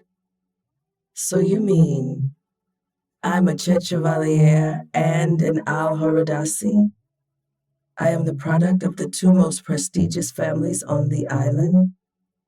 My belief that I am an above average human, that all of us are, is now backed with evidence. Henna, that's wonderful. What are you talking about? The old woman said. I'm saying that I now know that I am both princess and warrior, and will be entirely insufferable. She laughed, tears welling in her eyes. Don't be sad anymore, okay? Her grandmother started to laugh too, and when their family joined them on stage, they piled into a hug of confused laughter. Bez caught Makeda's eye and beckoned her onto the stage. She hesitated, then kicked off her high heels, lifted her gown, and clambered up. Bez pulled her into her arms. I have some bad news for you. What? Makeda said, apprehensive. Everyone thinks we're married, Bez said. I'm not sure that's bad news, Makeda said. Unless you think it is. Well, I'm a princess now, and if everyone thinks you're married to me, Bez sighed. Oh, God, then I'm a princess too. Makeda's eyes went wide, and then she burst out laughing, and Bez did too. Your mother will like me better now, I think, Bez said, wiggling her nose so her glasses inched back up where they belonged. Remember when you said this might be fate? Makeda asked as she caught her breath. I'm starting to think you were right. I know you hate the idea of it, but have you considered the pure petty joy in all of the people who teased you finding out that you are, in fact, a princess now? Makeda held her gaze. I think I could get into that kind of vengeance. Maybe I'll go harass Amber wearing a crown and tell her to run me my money. Bez tilted her head to the side. Ah, that. I already did. What? Makeda gripped her by the arms. What? I swear, this is the last thing that I was supposed to tell you that I hadn't yet. I thought that you coming and getting the money to pay off the debt would be nice, but it would be nicer if you returned home and found that someone had scared Amber Vincent of Linden, New Jersey, into remembering her obligation so you could keep it for yourself. Makeda's eyes were bright as she stared up at her. You are a Jet Chevalier al-Huradasi, possibly the most dangerous woman known to mankind, apart from Tinsy. Makeda laughed. I was going to say practical and horny, but that works too. Bez laughed and ran her hands over Makeda's shoulders. What do you think about me coming back with you? Or you staying here for a bit? I think we should make that decision in the morning. Tonight, we have to celebrate your coronation, or possibly bury your boss. Makeda grinned. But don't forget, I'm a planner. I tried to resist, but I already have 3 options for us to consider if we do this thing. We're doing it, and we're not going to stop, Bez said. Can you also make me a plan for better seductive one-liners? On it, Makeda said. The speakers had started spouting cheesy dance music for the ceremony after-party, and guests in the crowd, who were high on drama, began to dance as they blew up their group chats with photos and updates. Makeda and Bez joined her family at center stage, where they'd already begun squabbling over what kind of crown her father would wear and how they'd split the prize money. This feels like my kind of happily ever after, Makeda mused, and Bez kissed her, just to seal the deal.